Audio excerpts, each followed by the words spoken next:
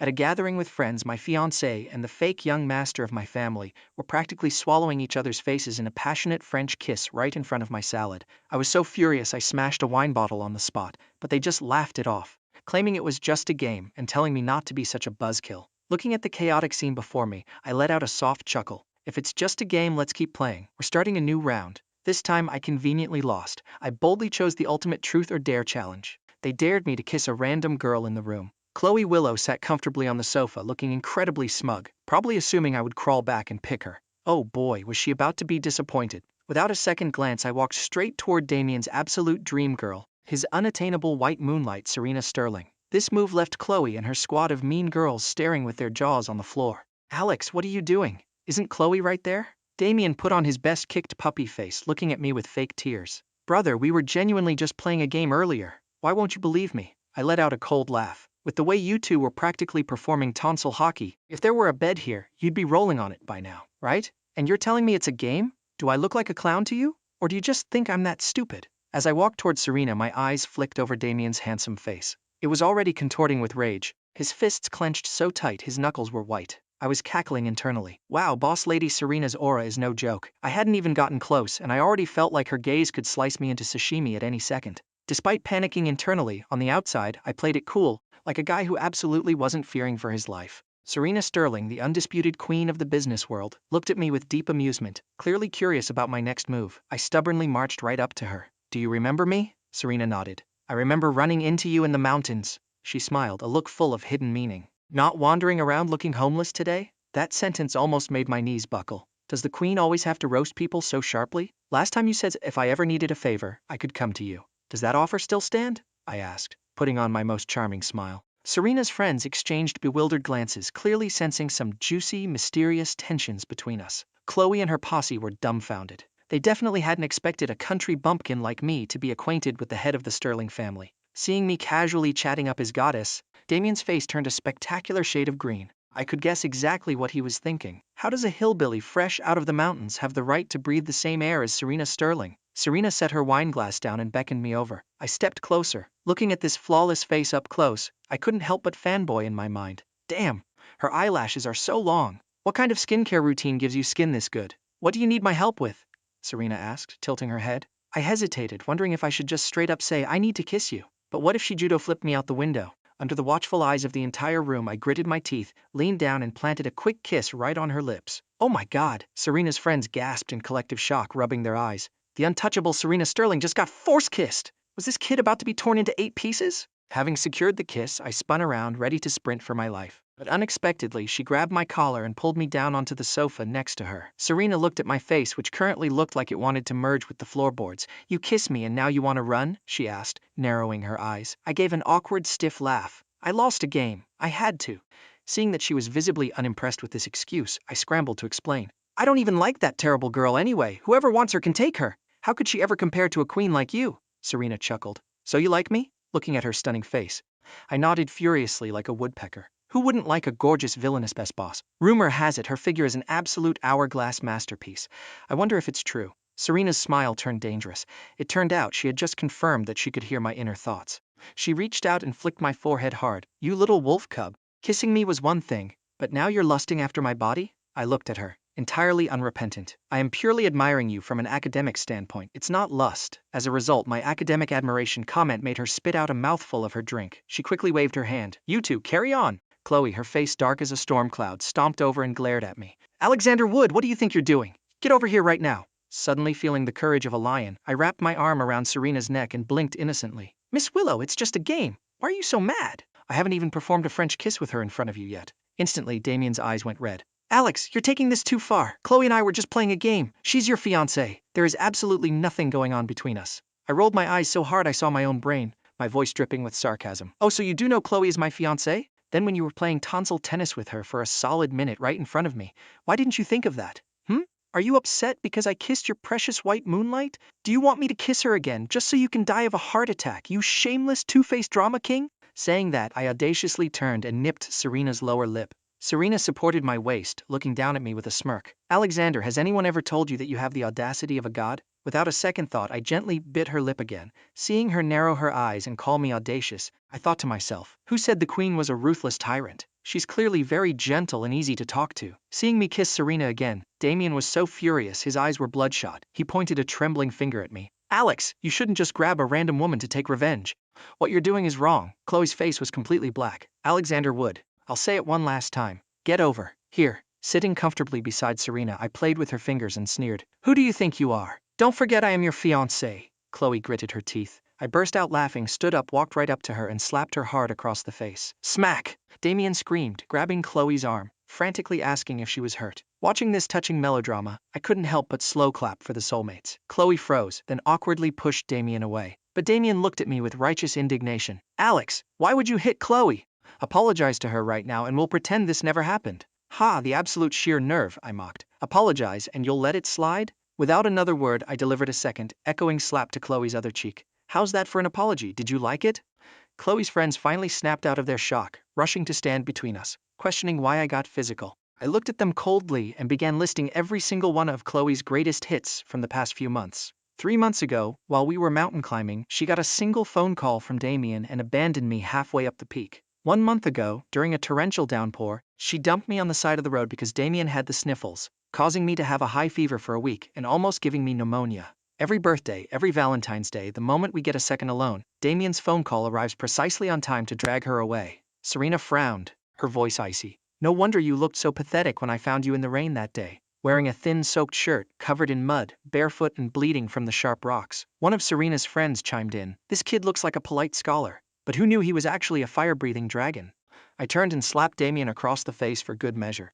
Don't you just love stealing other people's girlfriends? Congratulations, you can keep this trash. I'm donating her to you. Damian clutched his cheek, forcing tears into his eyes, still trying to argue that it was a misunderstanding. A misunderstanding? You faking an illness to call her away on my birthday is a misunderstanding? You pretending to be stalked on Valentine's Day is a misunderstanding? You sending me selfies of you two together just to provoke me? Do you think my IQ is in the single digits? Chloe glared at me, grinding her teeth. Alexander, you've gone completely crazy. What exactly do you want? I gave her a freezing side eye. As of today, our engagement is over. Tomorrow, I'll have my parents come to your house to officially call it off. It's time your parents found out what you've been doing behind the scenes. Chloe trembled with rage.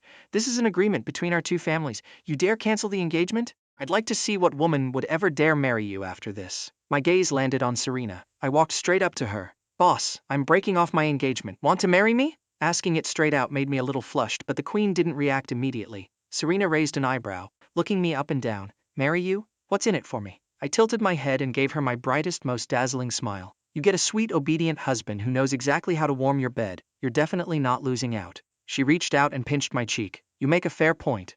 But it feels like I'm taking a slight loss here. After all, I'd have to feed a lazy couch potato whose cooking skills are questionable and who doesn't like to work. Hey, you're amazing at making money. Shouldn't you have someone to help you spend it? Besides, who wants to work when they can be a couch potato? I immediately hugged her thigh dramatically. Oh right, the Wood family genetically has twins. Who knows, maybe you'll give birth to 2 identical, adorable little babies. The hand pinching my cheek paused. We haven't even gone on a date and he's already planning the maternity ward. This kid's thought process is on a bullet train. But the thought of 2 identical babies was actually something to look forward to. She checked her watch. Tomorrow morning at 9 a.m., if I don't see you at City Hall, be prepared to be thrown into the ocean to feed the sharks. So you agree? I blinked at her with wide, puppy dog eyes. Do I need to repeat myself? Nope, absolutely not. I shook my head frantically. Serena stood up, grabbing my hand to take me home. But Damian blocked our path, biting his lip and looking up at her pitifully. President Sterling, my brother already has a fiancée. What he said just now was only a joke out of anger. I apologize on his behalf. Seeing Damian's act, I couldn't help but roll my eyes. Is he seriously panicking right now? Serena draped her coat over my shoulders and said coldly, You're blocking the way. Hearing this, I couldn't suppress a laugh, especially seeing Damian's incredibly wronged expression. Oh dear, looks like someone's delusion is acting up again. Damian glared at me with pure hatred, his fists tightly clenched. I looked at him with mock confusion. Don't you like Chloe? You guys were French kissing in front of a whole audience. Now that I've generously yielded her to you, why aren't you happy? To help you out, I even found myself a brand new fiancé. Damian's face flushed a deep, ugly red. His obsessive gaze lingered on Serena. With Serena Sterling standing right there, who would give a damn about a fool like Chloe Willow? He wouldn't want 100 clothes. He bit his tongue to maintain his composure. If you do this, do you think Mom and Dad will agree? He asked, looking at me with disdain. Of course they will. After all, I'm their biological son. You should know perfectly well how much they love me. That sentence instantly made Damian's eyes bloodshot. Ever since I returned to the Wood family, they hadn't looked at him the same way. Before, the best of everything belonged to him. Now, he only got the leftovers I didn't want. Even the luxury shower gel only reached his hands after I was done picking. Now, whenever the parents brought gifts home, they only thought of me. When he tried to take something, Mother Wood would stop him, saying it was prepared to compensate me for all the years I'd lost.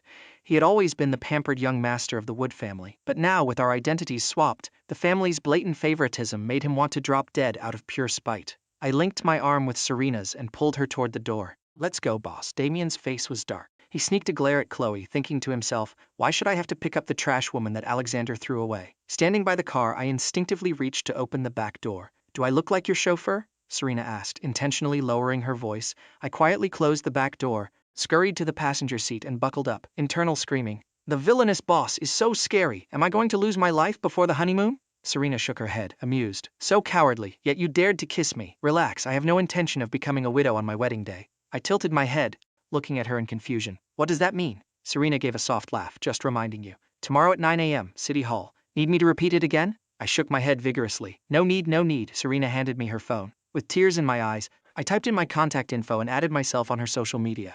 At the same time, Damian had chased us out. Seeing me already sitting in Serena's car and driving away, Chloe came out a step too late. Seeing Damian's furious expression, she asked, confused, "Damian, what's wrong?" Damian put on a miserable face. "Chloe, I need to go home first. What if my brother badmouths us to my parents?" Chloe hugged him, her face full of anger. "Even though we were slightly in the wrong this time, it's fine if he's a little mad. But don't worry, I won't let him bully you." Damian's eyes grew redder, acting fully victimized. "It was just a game. I don't know why Alex is making such a big deal out of it." Internally, Damian was smug, but outwardly he played the heartbroken saint. "You're his fiancée, but he's just a country bumpkin. He doesn't deserve you at all." Chloe's eyes filled with contempt, acting as if my arranged marriage to the Willow family was some grand act of charity.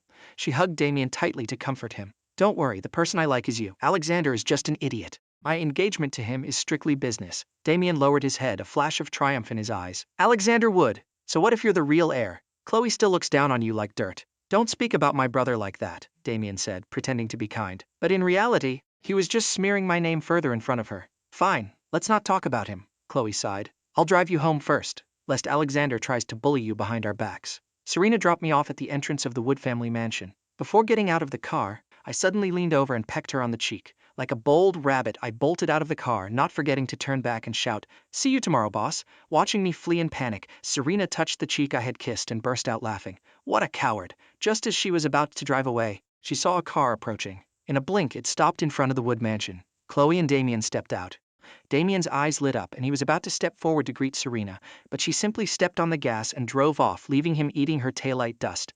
Damian bit his lip, overflowing with resentment. He genuinely didn't understand what he lacked compared to me. Why was I allowed to get close to Serena, while he was treated like a walking plague? Chloe walked up to him and asked with concern, "Do you want me to come inside with you?" Damian quickly shook his head. Until he successfully conquered Serena, he couldn't afford to lose his backup tire. As soon as I walked into the house, I was talking to my sister Victoria. Suddenly, I heard a voice filled with venomous hatred from behind. "Alexander, you bastard! Why didn't you just die out there in the mountains? Everything here was supposed to be mine." I turned around, locking eyes with Damian, who was standing at the door. He quickly lowered his head, but it was too late. That split-second look in his eyes screamed that he wanted me dead. "Home early? Afraid I'd tattle to Mom and Dad?" I taunted. At that moment, Victoria and my mother were just about to step forward to greet Damian. Suddenly, their expressions changed completely. They stared at me in absolute disbelief. Mother Wood realized I hadn't opened my mouth. Could that have been his inner thoughts? While the three members of the Wood family were reeling in shock, they heard news from my inner voice that completely shattered their reality. Turns out, Damian didn't just secretly find his biological parents a long time ago, but in the future, he colluded with Chloe to ruin the Wood family. He even hired a truck driver to run over my sister Victoria and disguised it as a drunk driving accident. Thinking about how kind Victoria is, only to be plotted against by this snake. My heart literally hurts. At this moment, Victoria's hands were shaking uncontrollably. She forced herself to stay calm. Mother Wood gripped her husband's hand so tightly that Richard Wood frowned. Seeing his wife's panicked expression, Richard gently patted her hand to comfort her, thinking, "These things haven't happened yet. We still have a chance to change our fate." Damian, completely oblivious to the sudden drastic shift in the room's atmosphere, was still planning his act. "I'll just pretend to be pitiful. These idiots will definitely soften their hearts." He immediately dropped to his knees, getting ready to launch his Oscar-winning performance. But I beat him to the punch. "Mom, Dad, I want to cancel my engagement." These words made Richard Wood freeze. He couldn't help but look up at me, his face full of shock. "What, Alex, don't you love Chloe?" I threw a glance at Damian. His face stiffened for a microsecond before his entire body became unnaturally tense. Cold sweat dripped down his back due to his guilty conscience. Yes, I said faintly, my voice carrying a suppressed edge. But she was French kissing another man right in front of my face today. And she had the nerve to say it was just a game. She's treating me like an absolute fool. At this point my voice choked up, and tears I had ready on standby started rolling down my cheeks. This sight shattered my mother's heart. My dad urgently asked, Alex, what exactly happened? Tell us clearly. No, that's not true, it really isn't. Seeing the Wood family glaring at him with pure fury, Damian panicked and started stuttering his defense. We were just playing a game. I swear it wasn't on purpose. But Richard Wood wasn't having any of his nonsense. Even if he couldn't hear my inner voice, he wasn't stupid. He exploded in anger. So the person kissing Chloe was you? Seeing the disgust on everyone's faces growing sharper, Damian frantically shook his head to salvage the situation. But I cut him off with a chilling tone. Not on purpose, huh? I sneered, casually waving my phone in the air. I just so happened to have a little surveillance video of the event. You wouldn't mind if I cast it to the TV, would you? What video? What nonsense are you spouting? Damian stared at me like he was looking at a ghost. All color drained from his face. His voice cracked into a sob as he begged Richard. Dad, I beg you, believe me, I was really just joking around with Chloe. But this time Richard Wood was utterly disappointed in him. He said coldly, don't look at me. If there's a video, play it. Let's get everything out in the open today. Wearing a highly provocative smile, I cast the video to the giant living room TV, and then, the living room plunged into a deathly silence. In the video, Damian was actively, enthusiastically participating. The triumph in his eyes practically leaked through the screen. He was wrapped around Chloe, smiling at her tenderly right in front of me. Finally, the two of them embraced and kissed passionately, completely ignoring my existence. To make matters worse, the video also featured their squad of friends loudly insulting me, calling me dramatic, mocking my pettiness, and advising me to be more open-minded. It was a masterclass in shamelessness. The moment the video ended, Richard Wood delivered a thunderous slap across Damian's face. Damian was knocked straight to the floor. He was speechless for a moment, clutching his face and staring at Richard in shock. Dad, you hit me? You still have the nerve to call me Dad? Richard's voice trembled. He pointed furiously at the boy on the floor. Did you not know Chloe is Alex's fiancée? You dare seduce her right in front of him, putting on a show to humiliate my son in public? What do you take this family for? No, Dad, it's not. Damian tried to explain, but he didn't even know where to begin. Mother Wood was even less polite. She yelled directly, you are disgusting. Are there no other women in the world? You had to go and steal your brother's fiancée? I watched the whole scene unfold without saying a word. Just then, a notification popped up on my phone. I clicked it. It was a new file sent by Serena. Another video. This video clearly showed Damian bringing Chloe to meet his biological parents. There were also multiple time-stamped photos of them frequently entering and exiting hotel rooms together. Mom, Dad, Serena just sent me another video. I think you'll want to see this one too. Saying that, I hit play. Sure enough, Damian, who was just about to argue back, saw the irrefutable evidence on the screen. His lips trembled, his face turned paper white, and he couldn't form a single word. I delivered the final blow. If you think any of this is deep-faked, feel free to take it to a forensics lab. If I faked it, I'll kneel down and apologize to you. One sentence blocked every single one of his escape routes. Richard Wood's chest was heaving with rage. Damian, since you've already found your biological parents, you are no longer a member of the Wood family. When we found our real son, I never once considered abandoning you. After all, we raised you for 20 years. And how do you repay us? By intentionally stealing my son's fiancée and publicly humiliating him. Mom, Dad, please don't kick me out. Hearing Richard tell him to leave, Damian completely panicked. He knew perfectly well that the Fang family, his biological family, couldn't hold a candle to the Wood family's wealth. Moreover, the Fang family only cared about profits. If he really went back to them, he knew exactly what his fate would be. He'd just be a pawn for them to exploit and sacrifice for business deals. He would get absolutely nothing. At this moment, Richard's voice was cold and resolute. I am not your father. Get out. Take your clothes. And don't even dream of taking a single penny of anything else. Damian's eyes brimmed with grievance. Looking at the Wood family's ruthless expressions, his tears fell. He bit his lip and sobbed, I'm your son too. Why are you treating me like this? His voice was full of anger, but Richard didn't soften in the slightest. He sneered. Just the fact that you stole your brother's fiancée, and the fact that you spend every waking moment plotting against him, isn't that enough? Richard continued. Actually, at first we didn't plan on kicking you out, but you just couldn't appreciate what you had. The video evidence is crystal clear, and you still have the audacity to ask why. Hearing this, Damian's face flushed bright red with rage. He shrieked at the top of his lungs. The video! You guys wanted to kick me out a long time ago, didn't you? Now you're just using this as an excuse to act like I've committed some unforgivable sin. His unhinged behavior only annoyed Richard further. He pointed straight at the door. If you don't want to pack your bags, fine. Get out right now! Stop polluting my eyesight! Damian's face went white. He realized that the designer clothes, luxury bags, and high-end watches he owned in this house were worth hundreds of thousands of dollars. How could he just leave them behind? He instantly dropped his aggressive attitude, forcing himself to look weak and pitiful. Dad, you raised me for over 20 years? How could you really just throw me away? Richard looked at him, trembling with anger. If you had remembered even a fraction of the gratitude for how we raised you, you wouldn't have bullied your brother time and time again, making me this disappointed in you. As soon as Richard finished speaking, I couldn't help but laugh sarcastically. Damian, even now you have the nerve to blame me? Think about it. What did I steal from you? You stole my entire life.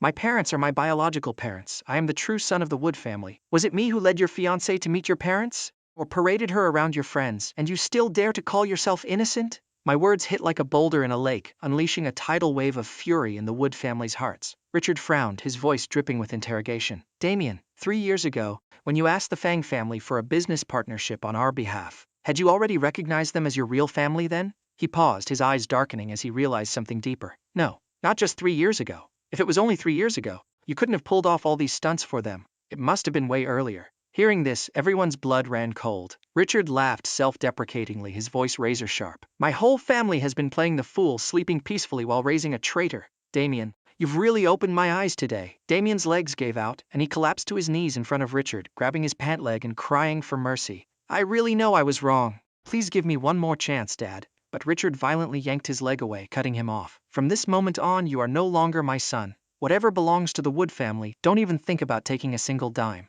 Richard left absolutely no room for negotiation. Panic consumed Damian. Being kicked out was one thing, but leaving with absolutely nothing? No designer clothes, no luxury bags? Going back to the Fang family completely broke? How could he accept this? He trembled and sobbed. Dad, I'm begging you, just one more chance. But looking at the cold, unyielding eyes of the Wood family, he found zero hope. A freezing despair washed over him. Butler, escort young Master Fang out, Richard ordered decisively, drawing a permanent line in the sand. As Damian was being dragged away, he whipped his head around and glared at me fiercely. The venom in his eyes was palpable. Alexander Wood, the Wood family will be mine sooner or later. Don't you get too arrogant? His inner voice dripped with malice and hatred, but I just offered him a faint, mocking smile. Young Master Fang, since you're no longer part of the Wood family, please refrain from using our family's name to do your dirty work from now on. Having his petty scheme exposed by me, Damian was so enraged he lost his mind. He turned back and screamed, "Who the hell cares about your name?" Victoria said coldly. "You'd better walk your talk." Damian felt a sharp pain in his chest, blood rushing to his head. Unable to control his fury, he glared at Victoria, his eyes vicious, as if he wanted to tear her apart. Victoria Wood, you bitch! I've been so nice to you and you dare treat me like this! If you refuse to be my premium simp, then you can go to hell! Damian's inner voice suddenly exploded in my head. I was stunned. If I hadn't been able to hear his thoughts, I never would have guessed he harbored such sick fantasies about our sister. He actually wanted Sister Victoria to be his lapdog, at his beck and call? I looked at Victoria awkwardly, wondering how to relay this horrifying information to her. Victoria noticed my gaze and immediately got goosebumps. "If you have something to say, just say it. Why are you looking at me like that?" I coughed awkwardly, not speaking, but my mind was racing wildly. Damian wants you to be his simp, do you know that? Damian is lusting after your body, do you know that? As my mind went into overdrive, the expressions on Victoria and my parents' faces suddenly froze. They stared at me blankly. Did they hear that right? Damian liked Victoria? No, he wanted Victoria to be his submissive lapdog? Victoria's eyes blazed with pure, unadulterated rage. Damian, you absolute creep. She suppressed her anger, walked over to me and said, "Little brother, if Damian ever bullies you again, you tell me immediately." I gave Victoria a very meaningful look. "Sis, you should be careful yourself. I feel like the way Damian looks at you is a bit creepy." I intentionally dropped the hint. Richard immediately chimed in, coughing to clear his throat. "Your brother is right. We should all be careful around that kind of person." After everything that had happened, Richard saw right through Damian. The boy was a completely ungrateful parasite. No matter how well the Wood family treated him in the past, the second he didn't get his way, he would turn his back, despise them, and plot their ruin. Chloe was still waiting at the gates of the Wood mansion. Seeing Damian run out, looking completely lost and devastated, she immediately stepped forward and hugged him. "Damian, what happened? Why are you crying like this?" Damian buried his face in her chest, sobbing uncontrollably and refusing to speak. Chloe kept pressing him. "Damian, what exactly happened? Don't just cry. Tell me." "Chloe," Damian choked out. "What did I do wrong? Mom and Dad want to kick me out of the house." Hearing this, Chloe's anger exploded. Her face instantly darkened. She turned around, marched up to the front door and began pounding on it violently. "Alexander, get your ass out here right now." Hearing her screeching, I also vaguely caught the smug, calculating thoughts in Damian's head. I'll just let Chloe's thick skin handle this mess." I let out a cold laugh, turned around, and walked straight into the kitchen. I casually grabbed a large basin of freezing cold water, fully prepared to welcome Chloe Willow. Seeing my calm demeanor, Victoria and Richard simultaneously burst out laughing. and without coordinating, followed me to the door. Chloe was still hammering on the door. The moment it opened, she opened her mouth to unleash her fury. But before she could utter a single word, I threw the entire basin of ice-cold water directly over her head. The woman who was just acting high and mighty was instantly transformed into a drowned rat. Damian, who had been secretly gloating by the gate, saw this, and his expression morphed into absolute shock. He screamed, "Alex, what the hell are you doing?" "I didn't even bother looking at him," I said flatly. "Wasn't Chloe running a fever? I'm just helping her cool off." Hearing this, Chloe lost her mind. She raised her hand ready to strike me. "Alexander Wood, you bastard! Get on your knees and apologize to me right now." At this moment, Damian's eyes lit up even brighter than hers, as if he was praying Chloe's slap would land squarely on my face. Unfortunately for him, he was thinking too much.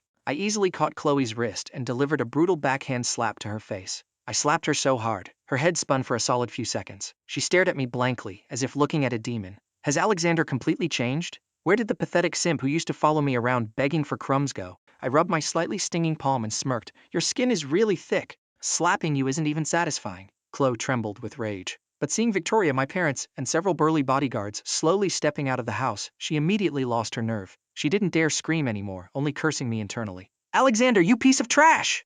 How dare you humiliate me in front of Damian? Just wait until we're married. I'll show you hell." Looking at her, a cold smile tugged at the corner of my mouth. Is this woman daydreaming? I've never seen anyone this delusional in my life. Chloe, seemingly oblivious to my sarcasm, continued her weird, preachy tone. "Alexander, I know you're just jealous of Damian, but Damian and I are strictly platonic friends. Hurry up and apologize, and we can put this behind us." Her words literally made me want to throw up on the spot. Unable to hold back, I delivered a solid kick right into her stomach. It wasn't a light tap. The kick sent her sprawling backward, curling into a shrimp shape as she clutched her stomach. "How's that for an apology?" I asked coldly. She pointed a shaking finger at me, her face beat red, her vocal cords straining. "Alexander, you cowardly bastard, you dared hit me! If you don't kneel and beg for my forgiveness today, you can forget about ever marrying me." I rolled my eyes, genuinely amused. "Could you please stop starring in your own imaginary soap opera? Go eat some peanuts to sober up. Your brain is beyond saving." These words made Chloe and Damian's faces incredibly ugly. Damian in particular looked at me with deep, calculating suspicion.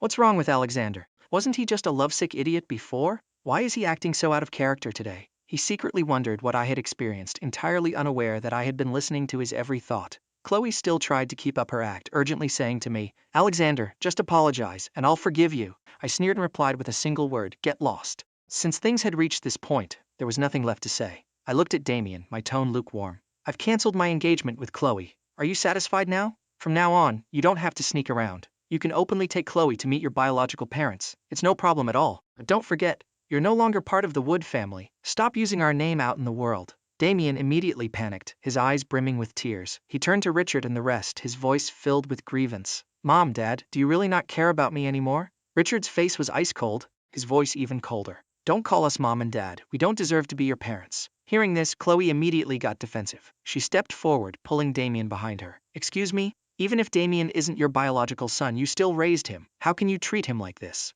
Victoria shot her a mocking glare. "Since you know we raised him, tell me, how did he repay us? By bullying my little brother, stealing his fiancée, humiliating him in public? Is this what a good brother should do?" Chloe choked, stubbornly replying, "That was my issue. I was the one who wanted to play a game with him." "It had nothing to do with Damian," Victoria scoffed. "Crystal clear then. If it was your issue, why are you still clinging to my brother? Furthermore, since when is it your place to dictate the Wood family's internal affairs?" At this, Chloe was utterly speechless, standing frozen in place. Damian, pale as a ghost, quickly pulled on her arm. "Chloe, let's go. Don't cause any more trouble." As he pulled her away, he was secretly grinding his teeth. "Just you wait, Wood family. The day will come when you beg on your knees, and I absolutely will not forgive you." I just offered a faint smile at his retreating back. "You want us to kneel and beg? You really think you're the main character of the universe, huh?" Chloe still tried to drop one last threat. "Alexander, don't regret this." I raised the empty water basin and coldly barked. "Scram!" She looked at her soaking wet clothes, then at the basin in my hand, and finally shut her mouth. She grabbed Damian and scrambled away like a beaten dog. The moment the two of them left, panic immediately set in for me. Only one thought circled in my brain: how do I tell my parents that I'm going to register my marriage tomorrow morning? Before I could come up with a plan, all three members of the Wood family turned in unison, staring a hole through me. They looked at me like they were expecting me to magically bloom into a flower. Their intense gaze gave me goosebumps. I swallowed hard and asked cautiously, "Mom, Dad, why are you looking at me like that?" My sister Victoria ground her teeth together as if she had just chewed on gravel. "You're hiding something from us, aren't you?" I was about to shake my head, but on second thought I'd have to confess sooner or later. Might as well rip the band-aid off. "Let's go inside, and I'll tell you the results." Victoria huffed, turning around and walking straight in. My parents exchanged a glance and silently followed behind me. Once we were all seated in the quiet living room, I quickly broke the silence, my voice as small as a mosquito's. Haha, hypothetically, if I swapped brides, would you guys be okay with that? The moment the words left my mouth, my mother's eyes locked onto me like high beams. If she stared any harder, she'd burn a hole in my skull. If the girl had been right there, my mom probably would have grabbed a broom and chased her down. Who is it? Serena Sterling. The air froze for a solid few seconds. Victoria and Richard looked at me as if they had just seen a poltergeist. Who did you say? They looked at me like I was having a delusional daydream. Serena Sterling, the current head of the Sterling family, I stubbornly elaborated. The big boss. Victoria reached over and literally felt my forehead. Little brother, how much did you drink? I slapped her hand away and rolled my eyes. I'm perfectly normal. Usually you guys are so smart. Why is your reaction speed taking a detour around the globe today? I'm completely sober. Tomorrow at 9 a.m. she's even coming to pick me up. Richard and the rest looked at me like I was an alien specimen, their expressions a complex mix of indescribable emotions. It was as if I had been abducted by extraterrestrials. I was about to explain further when my mother spoke up. Alex, tell me exactly what happened. She spoke gently, holding back my boiling sister and father. She looked remarkably calm. I scratched my nose, my face a picture of pure awkwardness, and began to stutter through the story. So today we lost a game, and I had a momentary lapse in judgment and kissed her twice. I paused, gathering my courage, before continuing. Then I said I wanted to cancel the engagement with Chloe. Chloe made some snarky comment about who would dare marry me if I broke it off. So I casually asked Serena, and she said yes. My voice got smaller and smaller as I watched their expressions grow increasingly theatrical. I felt like I was watching a magic show unfold on their faces. Mom, Dad, you guys don't mind if I switch my bride to the ultimate boss lady, right? I probed, feeling anxious. They had been silent for way too long. What if they were furious? My mother sat there stunned for a moment, then suddenly stood up and walked upstairs. My heart dropped to my stomach. I whispered, Dad, Mom isn't really mad, is she? My dad pursed his lips, about to speak, when my mother came back downstairs holding something. Her expression was highly secretive. My dad looked at the object in her hand. Isn't that the family register? She shoved the family register into my hands, patting my shoulder with profound meaning. Alex, son, marrying someone like Serena Sterling is the ultimate jackpot. Mom fully supports you. I was dumbfounded. What? What is happening? I stiffly turned my head to look at my dad, my eyes screaming, Dad, control your wife. But to my surprise, my dad cowardly shrugged, looking helpless. Son, I really didn't want to see you get married this early. But if the bride is Serena Sterling, I support this with both hands and both feet. After you get the certificate tomorrow, remember to ask her when she's free to come over for dinner. I completely collapsed mentally, holding the family register that suddenly felt like a hot potato. My mom added, you should really thank Damian. If he hadn't stolen Chloe, how could you ever marry into the Sterling family? Mom, please, spare me the gratitude. I rolled my eyes and shot back sarcastically. But thinking about it, if I successfully registered my marriage with the big boss tomorrow, Damian would absolutely die of a rage aneurysm. After all, the queen was the white moonlight in his heart, the woman he wanted to marry most. Victoria, who originally hadn't wanted me to marry Serena, heard my gratitude theory and said seriously, Little brother, I actually think you and President Sterling are a great match. Don't be late tomorrow, and make sure you dress sharp. I gave a dry, awkward laugh, retreated to my room and locked the door. My brain started working in overdrive. Damian's main character plot armor was seriously no joke. Now that Chloe was wrapped around his finger, who knew how many other elite women would throw themselves at him in the future? I needed to think carefully about how to strip him of all his plot armor. Meanwhile, Serena had returned to Villa number 1. Entering the living room, she saw several of her close friends sitting on the sofa. She casually tossed her coat onto a chair and lazily leaned against it. What are you all doing here?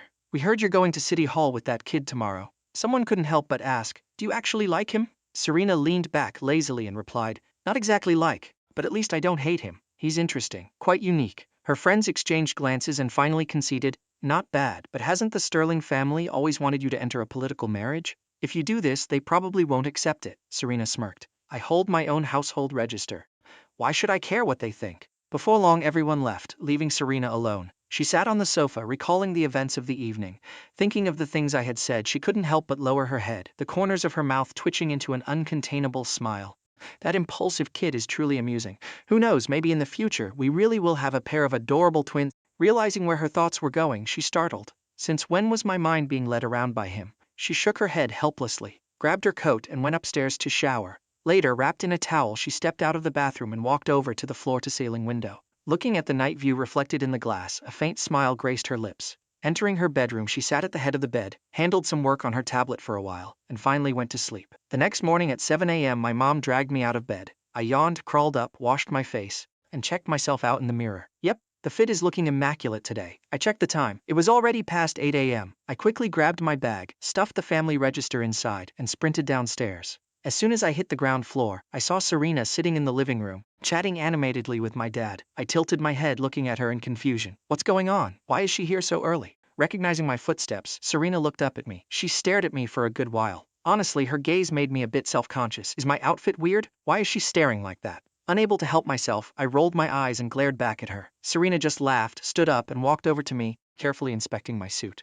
Little kid. I ignored her, pouting my lips in disdain but still muttered, I'm 23, okay? Who are you calling a little kid? She kept calling me that and it ticked me off so much I almost wanted to throw hands. But before I could, my dad's booming laugh interrupted from behind. Alex, stop messing around and come eat breakfast. Serena's been waiting for you. Fine, consider yourself lucky today. I shot Serena a side eye, intentionally scowling to try and intimidate her. Who knew she would just look at me like a cute pet, the corners of her mouth clearly showing a teasing smirk. At the dining table, I casually asked, have you eaten breakfast? If you have, take your time. With that, I didn't stand on ceremony, sitting down and focused entirely on demolishing my bowl of congee and steamed buns. She quietly watched me, looking perfectly relaxed and at ease. Occasionally, I felt her gaze sweep across my face. When my cheeks puffed out from chewing, I swore I saw her fingers twitch. Does she want to pinch my cheeks? Having eaten my fill, I put down my chopsticks and looked up at her. Let's go. She nodded, stood up and turned to say goodbye to my dad. Uncle, we'll be heading out now. Once in the car, I looked at her, my voice full of curiosity. Why didn't you tell me you were coming? She replied nonchalantly. I texted you. You're the one who didn't reply. I quickly pulled out my phone to check. Sure enough, there was an unread message from her sitting right there. I scratched my head trying to remember. Oh, right! I think I was in the shower when she sent it. I gave her an innocent, apologetic smile. The very next second, she slowly spat out 2 words. So stupid. You've got a toxic tongue, you know that? Careful, or you won't be able to find a husband, I retorted, rolling my eyes. She glanced at me and suddenly smiled. She reached over, pulled my seatbelt, and carefully buckled me in. Her voice was lazy but somehow sounded incredibly serious. I only need one husband. Any more would just be a nuisance. That sentence caught me completely off guard. I couldn't think of a single comeback. The anger rising in my chest was forcefully suppressed, leaving me to pout in frustrated silence, rolling my eyes at the window. On the way, I babbled on about random things. Serena didn't say much, but whenever I threw a topic her way, her responses were always sharp, perfectly on point, polite, yet retaining her commanding aura. She truly lived up to the title of boss lady. Compared to the flashy, superficial Chloe Willow, Serena was on a completely different, infinitely higher level. She tilted her head to glance at me, her expression as calm as a deep, unreadable lake, showing not a trace of emotion. When we got close to City Hall, I was still in high spirits. But the moment we walked through the doors and I saw Damian standing there, my mood instantly plummeted into an abyss. This guy really is like a lingering ghost. I cursed internally, furrowing my brows as I glared at him. Serena followed my gaze and saw Damian standing there looking pitiful, like a fragile white lotus flower, the absolute pinnacle of delicate vulnerability. As she parked the car, Serena said flatly, "Let's go." She stepped out and, completely naturally, reached out to hold my hand, leading me into the lobby. In that exact moment, a warm flutter bloomed in my chest. I ducked my head, secretly smiling like a softie. The moment President Sterling walked into the lobby, Damian called out to stop her. I couldn't help but roll my eyes. This guy really knows how to cause a scene. Predictably, he put on his pitiful act and blocked our path.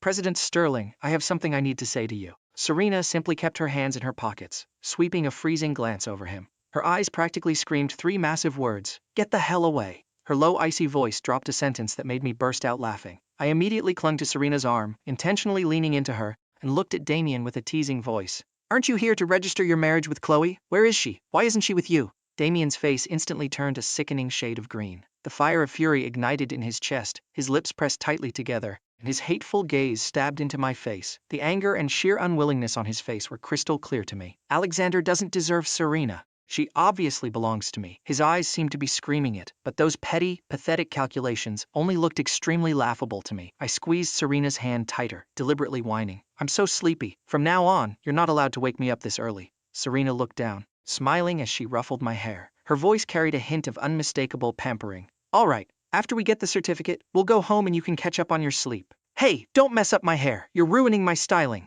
Seeing my ruffled, agitated state, she couldn't help but laugh. You look like an angry poodle. As she spoke, she reached out and fixed my hair, her voice still nonchalant. All right, enough playing around. Let's go in. It's going to get crowded. From beginning to end, she didn't spare Damian a single glance. I proudly turned my head, shooting Damian a look full of mocking laughter, and waved at him. You just take your time waiting for Chloe. We're heading in first. That tone made his face cycle rapidly between green and white. He looked like he wanted to say something, his lips parting slightly. But Serena had already pulled me straight toward another entrance. Throughout the entire encounter, she avoided Damian like the plague. When we walked out of the lobby holding our bright red marriage booklets, Damian's face was so dark it looked like it was about to drip ink. For a split second, I honestly thought he was going to lunge forward, snatch my marriage certificate, and rip it to shreds.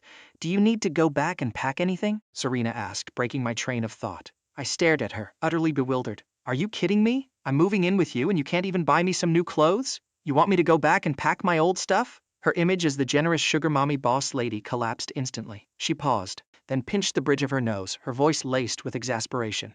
"I meant things like your computer. Do you need to bring that?" Hearing this, I finally realized my mistake, but seeing Damian still hovering nearby out of the corner of my eye, I deliberately raised my voice. "Never mind, I don't need any of that old stuff as long as you buy me new ones." Serena seemed to immediately catch on to my petty little scheme. She said smoothly, "Then let's head to the mall right now. Pick whatever you like." My eyes lit up like fireworks. I immediately dragged Serena away, leaving Damian without an ounce of dignity. "Alexander Wood, you bastard! I will not let you get away with this!" Damian's teeth-grinding voice echoed behind us. As I walked past him, I threw him a casual side-eye and gave a provocative smirk. "Not let me get away with this? Yeah, right, just you wait." Serena noticed Damian's hateful glare. She looked down at me, a faint, condescending smile playing on her lips. "He's just a clown jumping around for attention. Why are you even looking at him?" I blinked, internally screaming in admiration. As expected of the ultimate villainess, one sentence and a critical hit. But honestly, the scene was undeniably awe-inspiring. Serena's icy composure proved that no matter how strong the main character plot armor was, it was completely useless in the face of a true boss. She lowered her eyes to look at me, then pretended nothing happened, tightly holding my hand and walking out of City Hall, leaving a trembling Damian in our wake. On the way, I casually asked, "Are you coming over to my house for dinner tonight?" Serena didn't even look up, casually replying, "Yes, and while we're at it, we can tell your parents you're moving in with me." I froze, internally gasping. Wow, the boss lady is truly experienced. She doesn't act like a newlywed at all. She's moving at the pace of an old married couple. But thinking about it, I felt a surge of excitement. Living with her didn't sound bad at all. Plus, Damian would absolutely lose his mind. If he secretly sent people to spy on me and found out, wouldn't he literally explode with jealousy? Just visualizing that scene made me want to cackle in secret. At the mall, I picked out a mountain of accessories and casual clothes. When I reached for my card to pay, Serena smoothly pulled out a sleek black card and handed it to me. She coolly dropped one word: "Swipe." I looked at the card, double-checked to make sure it was real, and finally took it with a provocative raise of my eyebrows. "Don't blame me. I'm gonna max this baby out." She chuckled softly, nodding in approval. "Ambitious." Somehow her tone made it sound like a genuine compliment. She really lived up to the title of a generous boss lady. After that, we hit up a few furniture stores, buying everything from toothbrushes to slippers, and finally ended up at a designer boutique. Watching the total on the receipts climb higher and higher, I suddenly felt a bit embarrassed. So I picked out a few sets of comfortable loungewear as a gift for her and set them aside. By the end of the day, our loot was piled high. But what surprised me the most was that Serena had followed me around the entire day without uttering a single complaint. Her patience was genuinely staggering. Out of sheer embarrassment, I proactively picked out a few more sets of home clothes and comfortable outfits for her as a thank you. When we returned to the Wood family mansion, my mom had already prepared a lavish feast. After dinner, Serena naturally brought up the subject with my parents. "Mom, Dad, I want Alex to move in with me tonight." Even though my mom had mentally prepared herself for this, hearing the words still made her pause, a flicker of disappointment crossing her eyes. I quickly comforted her. "Mom, we can come back whenever we want. We'll come back for dinner when we're free. I can even stay over for a few days, right?" I secretly nudged Serena, signaling her to back me up. Sure enough, my reliable boss lady immediately nodded. Seeing this, my mom's expression softened considerably. She gave us a few instructions, reminding us to visit often. That night, I only packed a few changes of clothes, quickly threw my things together, and left with Serena. Her car pulled into Villa number 1. The mansion that appeared before me was magnificent but felt incredibly cold and sterile. I followed her inside. Stepping into the room she stayed in, I looked around and couldn't help but complain. "This place looks like a model home. There's zero warmth to it. Especially that massive balcony. It's completely empty. What a waste of space." Serena didn't seem to mind. She leaned against the doorframe, quietly watching me snoop around, poking at this and prodding at that. Finally, she shook her head slightly. As I walked deeper into the room, she suddenly grabbed my wrist, pulled me close, and raised an eyebrow. "Do you hate it that much?" I nodded, being completely honest. I hate it a lot. Serena unexpectedly shoved a black card into my hand, she said generously. "Then decorate it however you want." "Really? I can change it however I like?" My eyes sparkled like they were coated in starlight, staring at her eagerly. "As long as you don't paint the whole thing pitch black, I have no objections." Her words made me cover my mouth and burst into laughter. "Haha, why would I paint it black? Just the thought of that gives me goosebumps." Serena stood a few steps away, hands in her pockets, the corners of her mouth curving into a deeply meaningful smile as she watched me. I startled, suddenly going on high alert and prepared to sneakily make my escape. But before I could take a step, I felt a strong pull on my waist. She abruptly yanked me back. "What are you doing?" I stammered. Looking up at her, I met her deep, mesmerizing eyes. "I heard you talk a big game," she said, leaning down, her low voice laced with teasing. I panicked and shook my head frantically. "No, I don't! Who said that?" Before I could react, the very next second she suddenly pushed me backward onto the bed. The movement was so fast my eyes nearly popped out of my head. "What is happening?" Lying on the bed, my brain felt like mush. I tried to sit up, but she slowly leaned over, pinning me down so I couldn't move an inch. My face flushed bright red. Looking at her flawless face mere inches from mine, I stammered, "Don't do anything crazy." She gave a low chuckle, her voice carrying a playful, dangerous edge. "Scared?" That laugh, combined with her overwhelming proximity, sent a shiver down my spine. I tried to push her away, but she only pressed down harder. My brain short-circuited. Suddenly, I threw my arms around her neck, lifted my head, and kissed her hard. This kiss didn't just stun her, it completely shocked me too. Who would have thought that being teased would trigger an offensive counterattack? But the problem was, this bold kiss didn't even last 2 seconds before I chickened out. I tried to retreat, but she had already reacted. One hand clamped down on the back of my neck. Her movements were domineering and forceful, completely stealing my breath away. When she finally let go, I was panting heavily. I dazedly touched her face and blurted out, "Who started the rumor that my wife didn't like men?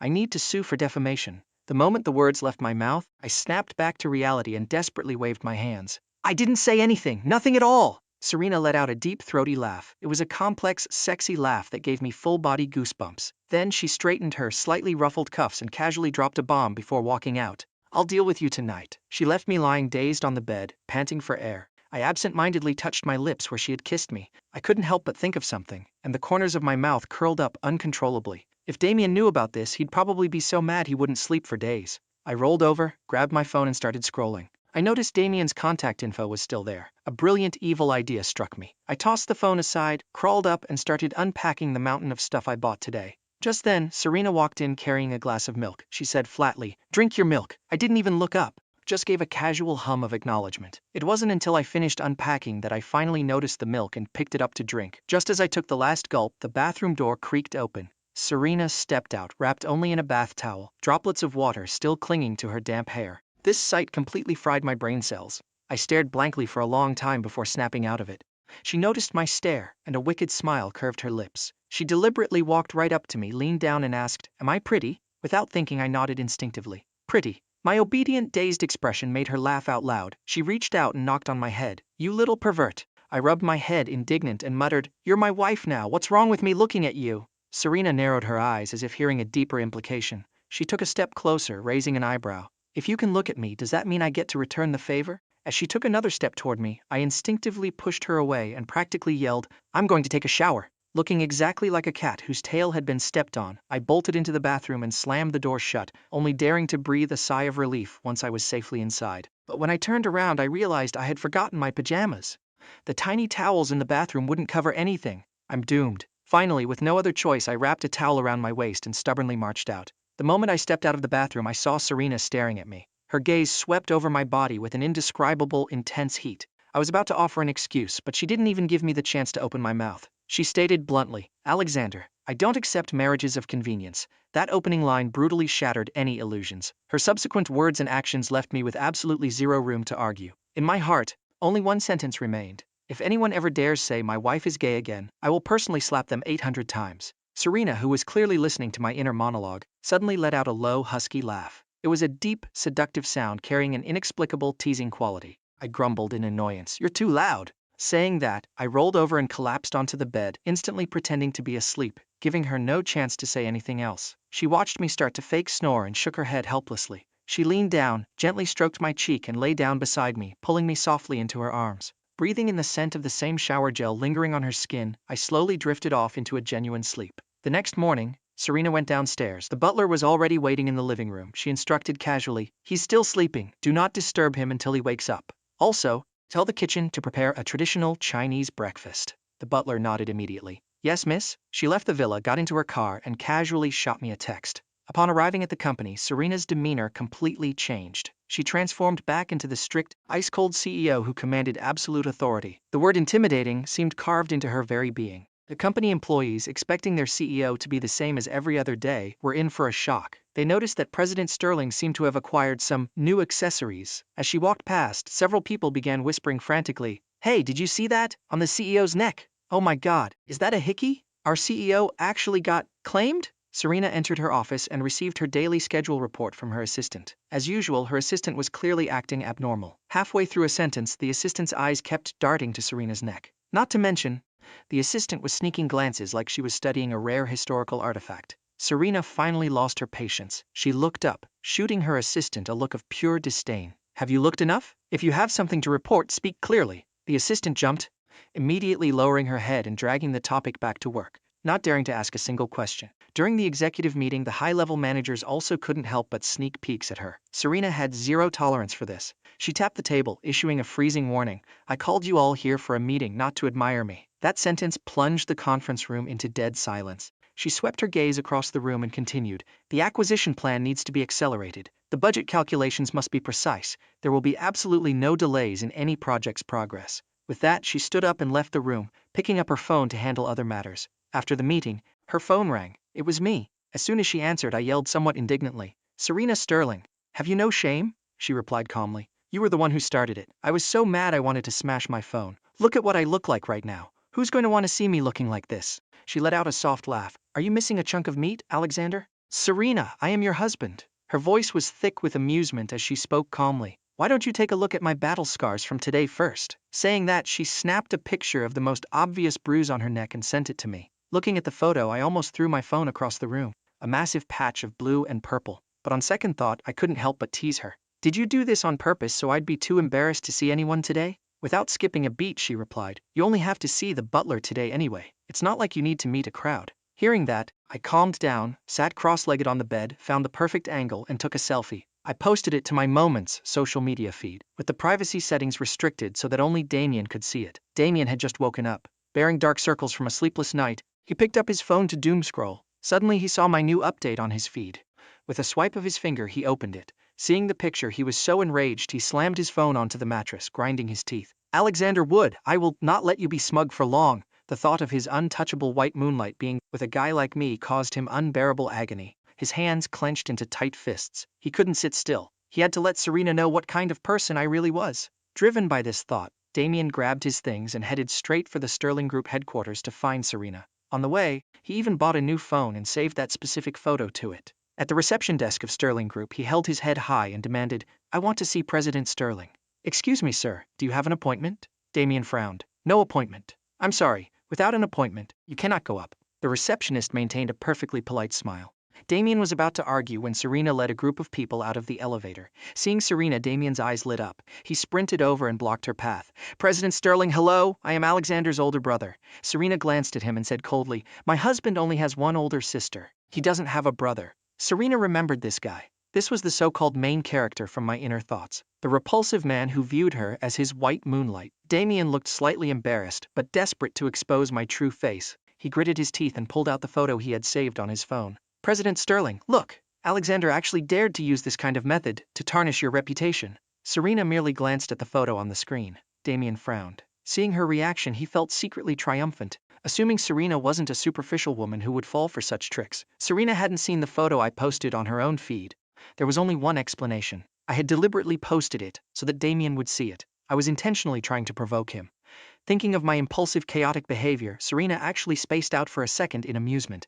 Damian was waiting for Serena to furiously curse me out. But why was this playing out completely differently from his imagination? The assistant, noticing that Serena clearly had zero favorable feelings toward this man, quickly intervened. "President, if we don't leave now, we'll be late. Let's go." As they reached the door, Serena seemed to remember something. She turned to the receptionist and said, "From now on, if this person shows up, block him at the door." "Understood." The two receptionists exchanged glances and nodded fervently. Damian tried to speak again, but the assistant blocked him. She shot him a warning glare. "Sir, please refrain from harassing our CEO." Left with no other options, Damian could only watch helplessly as Serena drove away. The two receptionists began gossiping. "I actually thought he really knew the boss. Turns out she couldn't care less about him. Our boss already has a husband. Why would she ever get tangled up with a guy like this? What are you talking about?" Damian, overhearing their gossip, was furious. How could someone as high and mighty as Serena Sterling publicly announce at her company that she had a husband? Who's talking nonsense? Everyone in the company knows. Today, the boss came to work with a hickey and bite marks on her neck. The boss and her husband are very much in love. Don't you dare try to ruin their relationship, the receptionist warned him. Hearing this, Damian thought his ears were malfunctioning. He asked in disbelief, "What did you say?" "Serena, someone so arrogant and untouchable, how could she go to work with a hickey and bite marks?" The receptionist couldn't be bothered to entertain him. Damian pulled out his phone and stared at the photo. "Look for yourself." He looked at Serena in the picture. The hickey on her neck was blindingly obvious. Damian didn't even know how he stumbled out of the Sterling Group building. When he had first seen the picture I posted, he genuinely believed it was a fake I had manufactured just to piss him off. But after coming to Sterling Group, he realized he was the only clown in this entire circus. Seeing Damian leave in such a pathetic state, the two receptionists texted Serena's assistant, relaying the whole incident. The assistant was about to report it when she saw Serena pull out her phone and make a call. "Alexander, as your wife, shouldn't I be the one to see private photos like that? It's one thing to show outsiders, but using me as a meat shield? That's not very nice." I was in the middle of eating breakfast and immediately perked up. "Did Damian actually go to your company to find you? How else would I know?" I burst out laughing. "What's wrong with using my own wife for a little advantage?" Serena asked thoughtfully. "You don't regret this, do you?" "Regret what? Why would I regret it?" I found Serena's question incredibly strange. "What's done is done. What's there to regret? Damian is probably dying of anger right now. Remember what you said. I have a business meeting to attend." Hanging up. Previously, I hadn't thought much of it. After hanging up, I opened my contacts. Sure enough, Damian had sent me a barrage of nasty messages. The most frequent phrase was, "How can you be so shameless?" I sneered and leisurely sent Damian a voice message. "You went to my wife's company to look for her. Was it just to see how deeply in love we are?" That audio clip made Damian's eyes bloodshot with rage. "Alexander, what are you so smug about?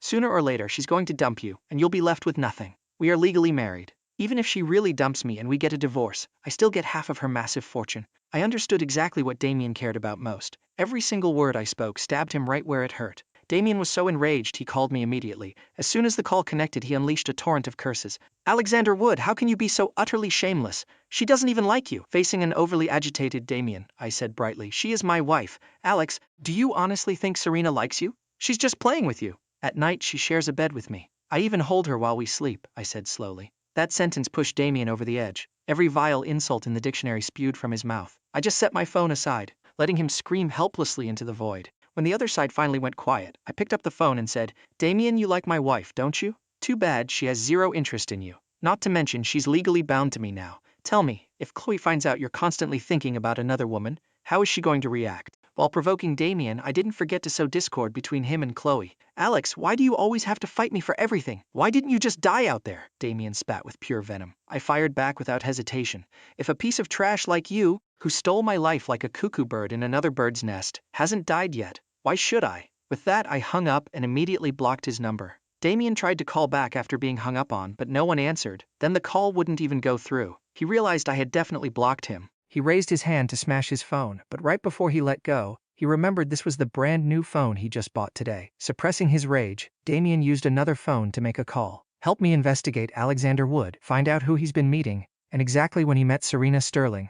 Receiving an affirmative answer, Damian hung up, feeling slightly satisfied. Before he could think further, his phone rang again. Seeing the caller ID, Damian felt a wave of disappointment. Why isn't it Serena? If the person who registered their marriage with Serena was him, how wonderful would that be? Even though he was obsessing over Serena, Damian didn't dare give Chloe the cold shoulder. Now that he had been kicked out of the Wood family, he could only rely on Chloe to maintain his standing in elite circles.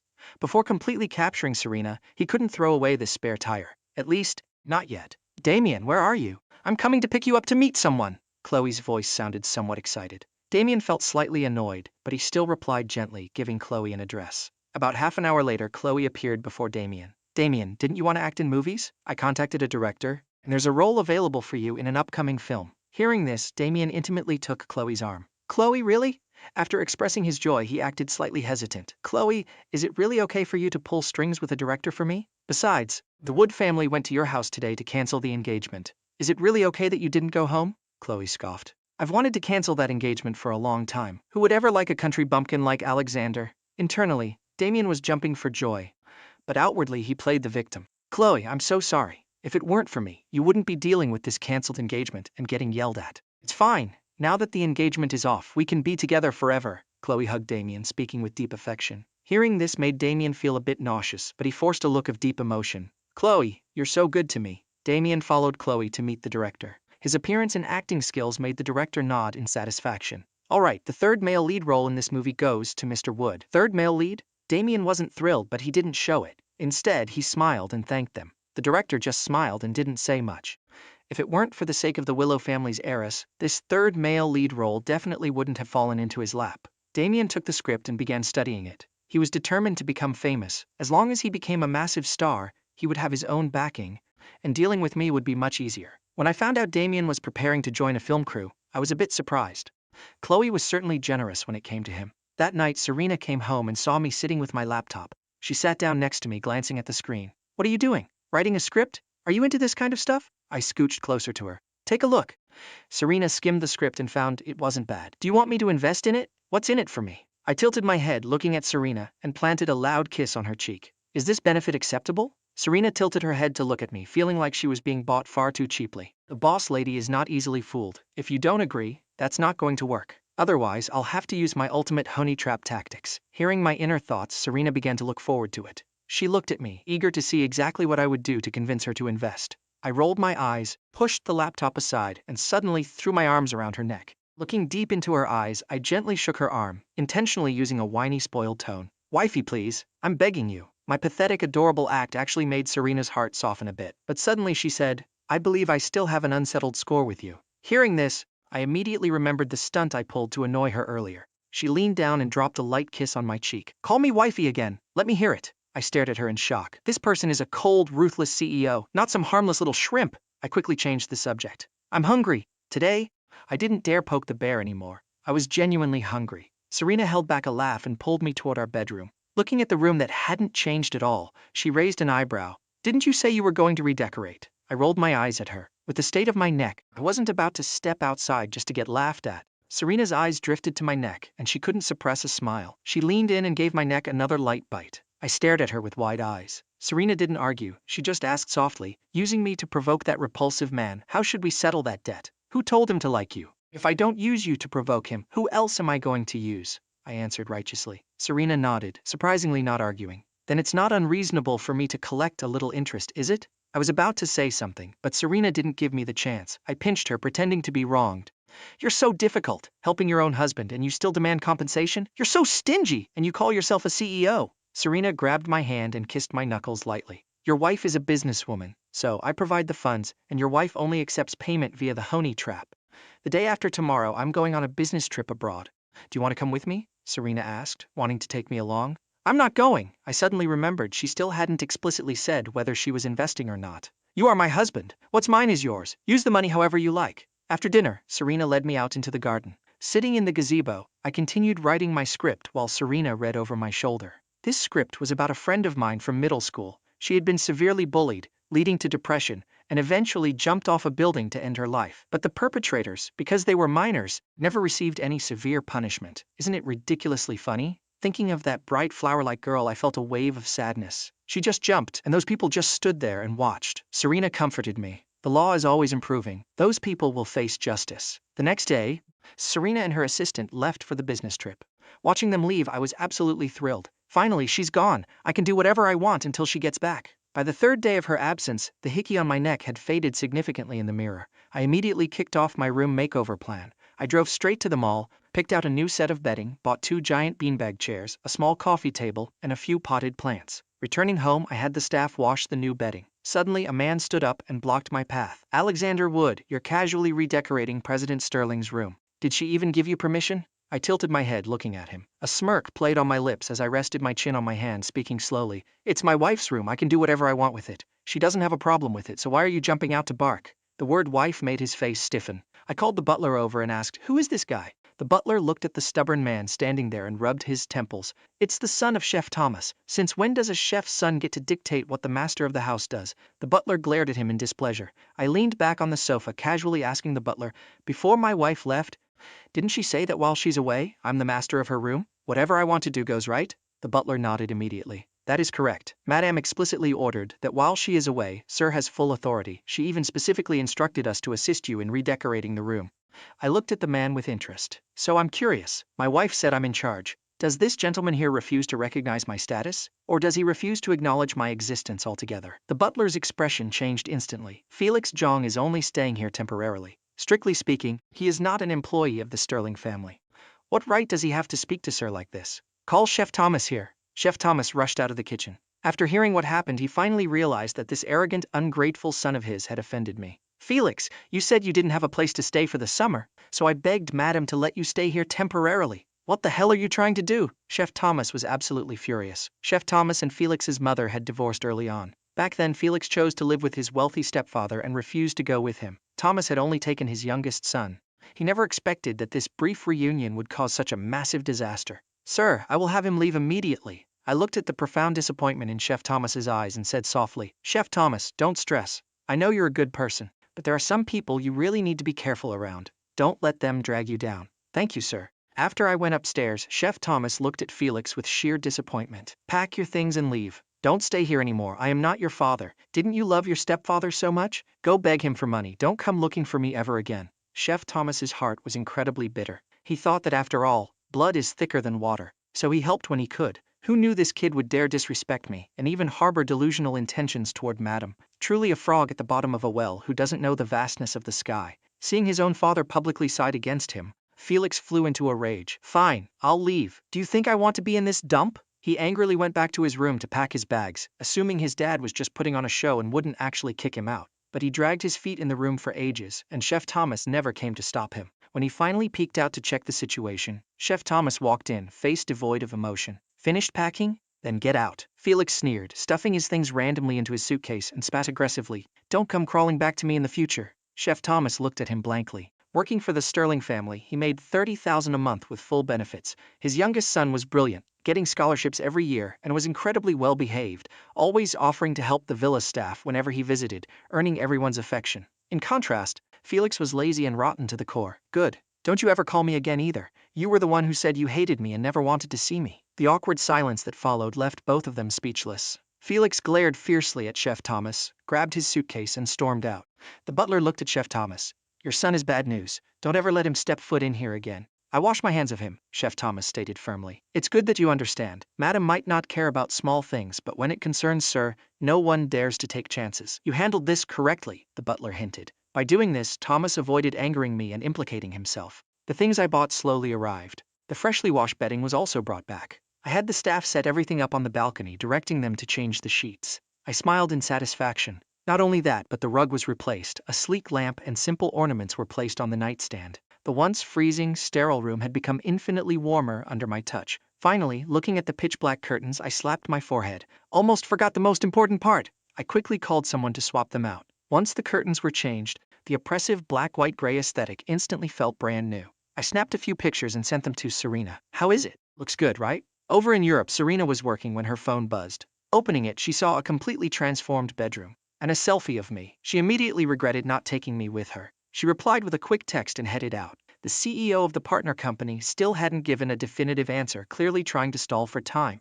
They're probably going to drag this out. We can give them until tomorrow at the latest. If they keep playing games, cancel the partnership. The assistant, though surprised, didn't ask questions. She went straight to negotiate with the other party. After hanging up, Serena went to rest. The next morning, Serena saw the message I sent her. Pictures of dinner, fresh flowers picked from the garden, and the fully decorated balcony. It truly looked beautiful, she replied, then headed out for the day.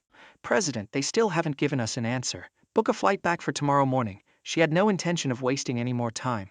Handle today's affairs. Call me if anything comes up. With that, she grabbed her car keys and left. After strolling around for a bit, she returned carrying several shopping bags. The assistant received a call from the partner company and went to find Serena. She was stunned to see Serena organizing several high-end shopping bags, decorations, clothes, and shoes. The assistant was bewildered. Who would have thought their icy, untouchable CEO would actually go out shopping for these things? Boss, did you buy these for Sir? He likes this kind of stuff. When mentioning me, a faint, genuine smile graced her lips. Only then did the assistant realize that their CEO was in fact human. When faced with someone she liked, all that tough, cold exterior melted into winding, gentle streams. The other side wants to increase their profit margin. The assistant reported, remembering the official business.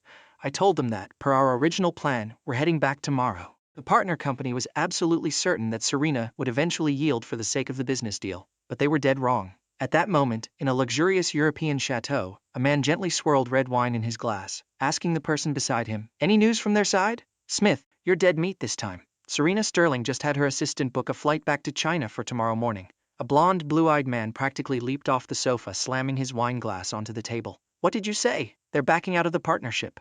Serena's business presence in Europe was not to be underestimated. Even they had to tread carefully when dealing with her. She had come personally to negotiate, and Smith had the gall to try and extort her. How could she possibly back down? Smith was about to speak when his phone rang. Seeing the caller ID, his face drained of color and he hurriedly answered. "Smith, you have some serious nerve making things difficult for Serena Sterling. I worked my ass off to convince her to come to Europe, and you went and offended her, you absolute idiot." Before Smith could explain, the other side slammed the phone down. Smith stared blankly at his phone. It hadn't even been that long, and David already knew? The man next to him shook his head helplessly. "Smith, this is just the beginning." Sure enough, following David's call, Smith received over a dozen more. Every single one was from someone he absolutely could not afford to offend. Their objective was unanimous: force him to apologize to Serena Sterling. Judging by their tone, if he didn't apologize today, let alone the partnership, he wouldn't even be able to keep his own business afloat. "Do you know where Serena Sterling is?" To protect his empire, Smith had no choice but to bow his head. The man beside him handed over an address. "Whether you can actually get an audience with her depends entirely on your own skills." That evening, I was video calling Serena. There was a knock on her door and the assistant entered. "President, Mr. Smith is requesting to see you." "I'm not seeing him." The assistant nodded and left. I asked curiously, "What happened? You don't look very happy." "Work not going well. Just some people whose greed exceeds their capabilities." She briefly explained the situation. Smith had tried to extort a 10% profit cut from her. I made a face. "Your net worth is ranked globally, and this guy Smith actually dared to use dirty tricks to squeeze money out of you. What are you going to do? Weren't you invited by his family?" "Since Smith doesn't know how to act, this partnership is cancelled. I'm flying back tomorrow." "That's great. Then you have to bring me a present." I asked excitedly. "I'm catching an early flight tomorrow." "What if I didn't have time to buy a present?" she teased, pretending to be regretful. I glared at her and immediately hung up the video call. Poking at my phone screen, I muttered, "Big hotshot CEO goes on a business trip and doesn't even buy her husband a present. 1-star review." She hadn't expected me to just hang up on her. She let out a helpless laugh, shook her head, plugged her phone into charge, and went to wash up for bed. Meanwhile, Smith lingered downstairs in the hotel lobby for a long time, but still couldn't get the assistant to allow him to see Serena. "Mr. Smith, our CEO is currently on a video call with her husband. I'm afraid she cannot see you." Smith was furious but didn't dare show it. "I can wait a while," the assistant smiled politely. "Mr. Smith, our CEO has already decided to take the earliest flight back to China tomorrow morning." Panic set in. Smith hurriedly said, "We can sign the contract right now." "Smith, we cannot meet the conditions you proposed. Therefore, there is no need to sign this contract." Smith's face was incredibly ugly. Seeing that the assistant was impervious to both hard and soft tactics, he had no choice but to leave for now. He ordered his men to keep watch, intending to ambush Serena the moment she stepped out. The assistant returned upstairs to report, "President, Smith is still waiting outside. Tomorrow, we walk right past him." Serena gave a non-committal, No need to continue partnering with someone like that. He's not worthy." The next morning, the assistant loaded their luggage into the car first, then went to retrieve the gifts Serena had bought for me. At the hotel entrance, Smith blocked Serena's path. "President Sterling, I need to speak with you." Serena was highly displeased at being blocked. She stared coldly at the man refusing to move, pulled out her phone and called David. "David, I've given you face. Now tell your dog to get the hell out of my way and stop blocking my path." Knowing that Smith was physically barring her from leaving, David was so angry he nearly coughed up blood. "President Sterling, please put me on speaker." David's furious voice roared from the phone. "Smith, you absolute moron. Get the hell out of her way." He had told Smith to apologize, not to barricade the woman. Terrified of angering David further, Smith had no choice but to step aside, helplessly watching Serena walk away. When they landed in the capital, the family driver was there to pick them up. Serena didn't even look up as she ordered, "To the house." "Yes, madam." Since I had hung up the video call yesterday, I hadn't sent her a single text. Looking at the empty chat history, Serena shook her head helplessly. "My husband really has a temper." As soon as she walked through the door, the butler greeted her. "Welcome home, madam." Handing her luggage to the butler, Serena looked around. Not seeing me, she frowned. "Where is Alex?" "Sir isn't feeling well today. He's resting upstairs." Serena grabbed the gifts she bought me and hurried upstairs. Gently opening the bedroom door, she saw a small lump huddled under the blankets. She walked over, sat on the edge of the bed, and looked at my pale face. Her heart tightened. She reached out and felt my forehead. "Why are you so hot?" It had been 5 days since she left. When I groggily woke up, I saw her lying next to me, her hand resting on my forehead. She asked gently, "Is the fever gone? Do you still feel sick?" "I feel much better." The bitter taste in my mouth made me grimace. "Just a little thirsty." Serena immediately got up and poured me a glass of warm water. After I drank it, she continued. The doctor came to check on you earlier. You have a fever. You need to take your medicine on time for the next few days. Once you recover, you'll need to eat some restorative foods to build your strength back up. I nodded. I want to eat pumpkin and millet porridge. Okay, I'll have the chef make it for you. She paused. Oh, there are presents outside. When you get up, you can go open them. I looked at her suspiciously. Huh? Didn't you say you didn't have time to buy presents? She pinched my cheek and smiled teasingly. I was just messing with you. Who knew you'd take it seriously? Thinking about how I hung up on her yesterday, I felt a twinge of guilt and quickly shooed her out. Go, go, go! After she left, I quickly got out of bed, washed my face, changed into a clean set of loungewear, slipped on my slippers and excitedly went to open my gifts.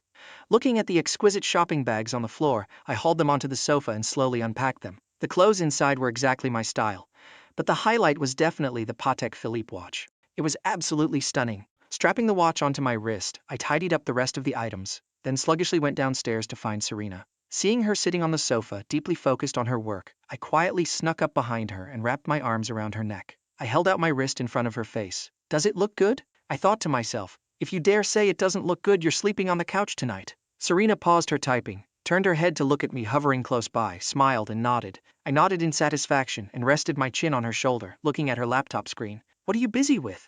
Did a lot of work pile up while you were gone? Are you still feeling sick? Yeah, a little tired. My head's still a bit foggy, but way better than this morning. She immediately set her laptop aside and pulled me to sit next to her. Stop standing around. Sit here until it's time to eat. While waiting for food, I scrolled through my social media feed and saw an update from Damian. I frowned, suddenly remembering I hadn't blocked him on everything yet. Damian really had a talent for wrapping Chloe around his little finger. She was being used and didn't even realize it. Serena, who had resumed working, heard my internal commentary and grew slightly curious about the relationship between Damian and Chloe. Actually, Damian has always liked Serena. He never liked Chloe at all. Being with Chloe is just a backup plan because he can't have Serena. In the original plot, when Chloe's career reached its peak, he even tried to use Chloe's power to threaten Serena, wanting her to be his mistress. The result? Serena beat him to a pulp. If it weren't for some highly influential figure stepping in to beg for mercy, those two would have lost absolutely everything. That repulsive man wanted me to be his mistress? Serena internally praised herself. Truly worthy of being the ultimate boss lady. Her radar for identifying scumbags was maxed out. I tilted my head, looking at her focused profile. Suddenly, I wrapped my arms around her neck and planted a forceful kiss right on her lips. She was completely taken aback by my sudden display of affection, looking at me in confusion. What's wrong? Nothing, I thought to myself. This is a reward for my wife for having excellent scumbag detection skills. Amused by my internal reasoning, Serena set her laptop down and snuggled into my arms. Don't tease me right now. I mean, of course, you can tease me if you want, but you'll have to bear the consequences. I giggled and went back to scrolling through Damian's feed. Chloe had secured the third male lead role for Damian, and he wasn't even mad about it. Serena leaned over to look. I don't like him. Want me to have him replaced? I shook my head decisively. No need. This movie isn't going to air anyway. In the original plot, after this movie finished filming and went through post-production right in the middle of massive promotional campaigns, the lead actor got hit with a massive scandal and went to prison. The entire movie was shelved. Not only that, it lost over $100 million. 10 million of that was Chloe's money. Thinking about Chloe losing so much cash over Damian makes me want to laugh out loud. Mr. Wood, madam, dinner is ready. After eating, Serena dragged me upstairs to take my medicine. Just as I swallowed the pills, Damian sent a message. Alex, Chloe introduced me to a famous director. You're not jealous, are you? Reading that message gave me full-body cringe. Aren't you going to work? I'm so jealous of you. Unlike me, I only know how to spend my wife's money. Trying to use Chloe to trigger me? He doesn't even consider if he's worthy. Isn't my wife a million times better than Chloe? Richer, prettier, and treats me incredibly well. Serena leaned against the sofa, staring fixedly at me, which startled me. What are you staring at? Nothing.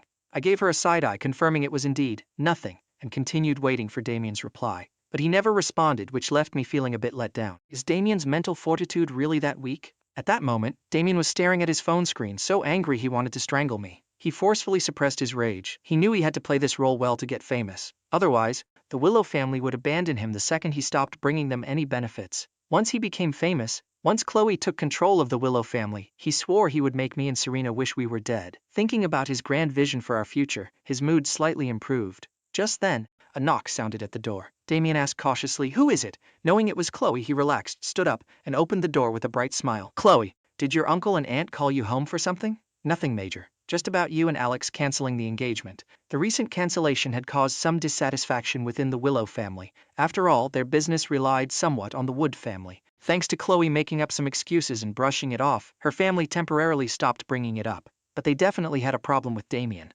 Naturally, Chloe didn't tell Damian any of this. Damian immediately put on a guilt-ridden face. Did they say anything bad? If it wasn't for me, things wouldn't have gotten to this point. Internally, he was already celebrating, but outwardly he played the self-blaming victim. This trick worked flawlessly. Chloe, that foolish girl, immediately felt bad for him and hugged him, softening her voice. This has nothing to do with you. Alexander is just too petty. Seeing his plan succeed, Damian continued his act. If it weren't for me, Chloe quickly cut him off. Stop blaming yourself. My parents have already tacitly agreed to this. Saying that, she pulled him into the room to discuss the movie. Once you finish filming this part, I'll find you another role. Thank you, Chloe. Damian offered a gentle smile, making Chloe's eyes sparkle, feeling like she had drawn one step closer to him. These past few days, Damian loved posting interactions with Chloe just to piss me off. I treated him like a clown and couldn't be bothered to care, but he was getting more and more outrageous, finally managing to annoy me. That night, Serena was lying in my arms. I had my arms around her waist and she was reading a book. I was extremely satisfied with this position. I reached out and grabbed my phone from the nightstand. Seeing this, Serena put her book down and handed me the phone. What's wrong? I giggled, not explaining. Since Damian keeps using that stupid crap to annoy me, what's wrong with me triggering him back once? Serena paused her movement of picking up her book. Now she understood. I had been grumpy the past few days because someone kept shoving garbage in my face. I held up my phone and snapped a few pictures of the two of us. One of the photos specifically focused on Serena's exposed collarbone. Seeing me snap the pictures, Serena stopped reading altogether, snuggled into my arms, and watched with great interest to see how I was going to exact my revenge. I didn't post it on my feed. I sent it directly to Damian in a private message. I waited about 2 minutes, then recalled the message. If you unsend it, will he even see it? Serena asked, confused. He definitely saw it, I said confidently. Knowing Damian, he was absolutely glued to his phone right now. If he wasn't scrolling social media, he was chatting with Chloe. Sure enough, Damian saw the picture I sent. He was so furious he hurled his phone onto the carpet, grinding his teeth and cursing. Alexander, why don't you just die? At first, Damian didn't believe I could fall for someone so quickly, assuming I was just using Chloe to make him jealous. He never expected that not only did he fail to trigger me, but he managed to render himself completely speechless with rage. He stared darkly at the photo on his screen, wanting to get a few more looks at Serena. But the photo had already been recalled. Damian deeply regretted not saving it instantly. The elegant posture of Serena, the curves hidden beneath her nightgown, it was everything he dreamed of day and night. He imagined himself leaning against Serena, his hands gently tracing her skin. Thinking about this, his nose suddenly felt itchy. He wiped it. It was a nosebleed. He quickly ran to the bathroom to clean up. After stopping the bleeding, his eyes burned with fierce determination. I have to make Serena mine. Only a woman like her is worthy of me. He looked at his script, only 3 days left of filming. Once it was done, he absolutely had to find Serena and show her that he was the only man truly suited for her. I looked at my phone, which had gone dead silent, and sneered. Did Damian short-circuit from anger? Done teasing him? Serena suddenly asked. I felt a little embarrassed. Pretty much. Then shouldn't I charge an appearance fee? Before I could even finish my sentence, she wrapped her arms around my waist, giving me zero chance to negotiate. 3 days later, Damian finally wrapped up his scenes. He didn't even attend the wrap party, rushing straight back to the capital, constantly worrying about how he was going to meet Serena. If he could somehow get into her company, that would be perfect. While he was anxiously pacing, Chloe brought good news. 2 days from now, there was a charity auction gala, and she wanted him to go with her. Damian, wanting to break into the entertainment industry, obviously wouldn't pass up this chance to show his face. Serena had also mentioned this event to me. I usually found these occasions boring and didn't want to go, but she mentioned Chloe was invited and would definitely bring Damian. Since he wanted to be an actor, he wouldn't miss this opportunity. Hearing that those two were going, my enthusiasm skyrocketed. I hugged Serena. Wifey, I'm going too, internal thought. I need to go see exactly what these two clowns are plotting. Serena was immediately intrigued, guessing that I'd be able to hear Damian and Chloe's inner monologues. This is going to be fun. While we were happily preparing for the charity gala, Damian had indeed been invited by Chloe. Chloe, if I go, won't your family be upset? Damian played the hesitant card. Don't worry about them, Chloe replied dismissively. Damian thought to himself, if it's a charity gala and she asked me to be her +1, they can't exactly control who she brings, right? He immediately put on a look of sheer adoration, which Chloe immensely enjoyed. She held Damian's arm and said, there will be a lot of important people at this auction. I'll introduce you to a few.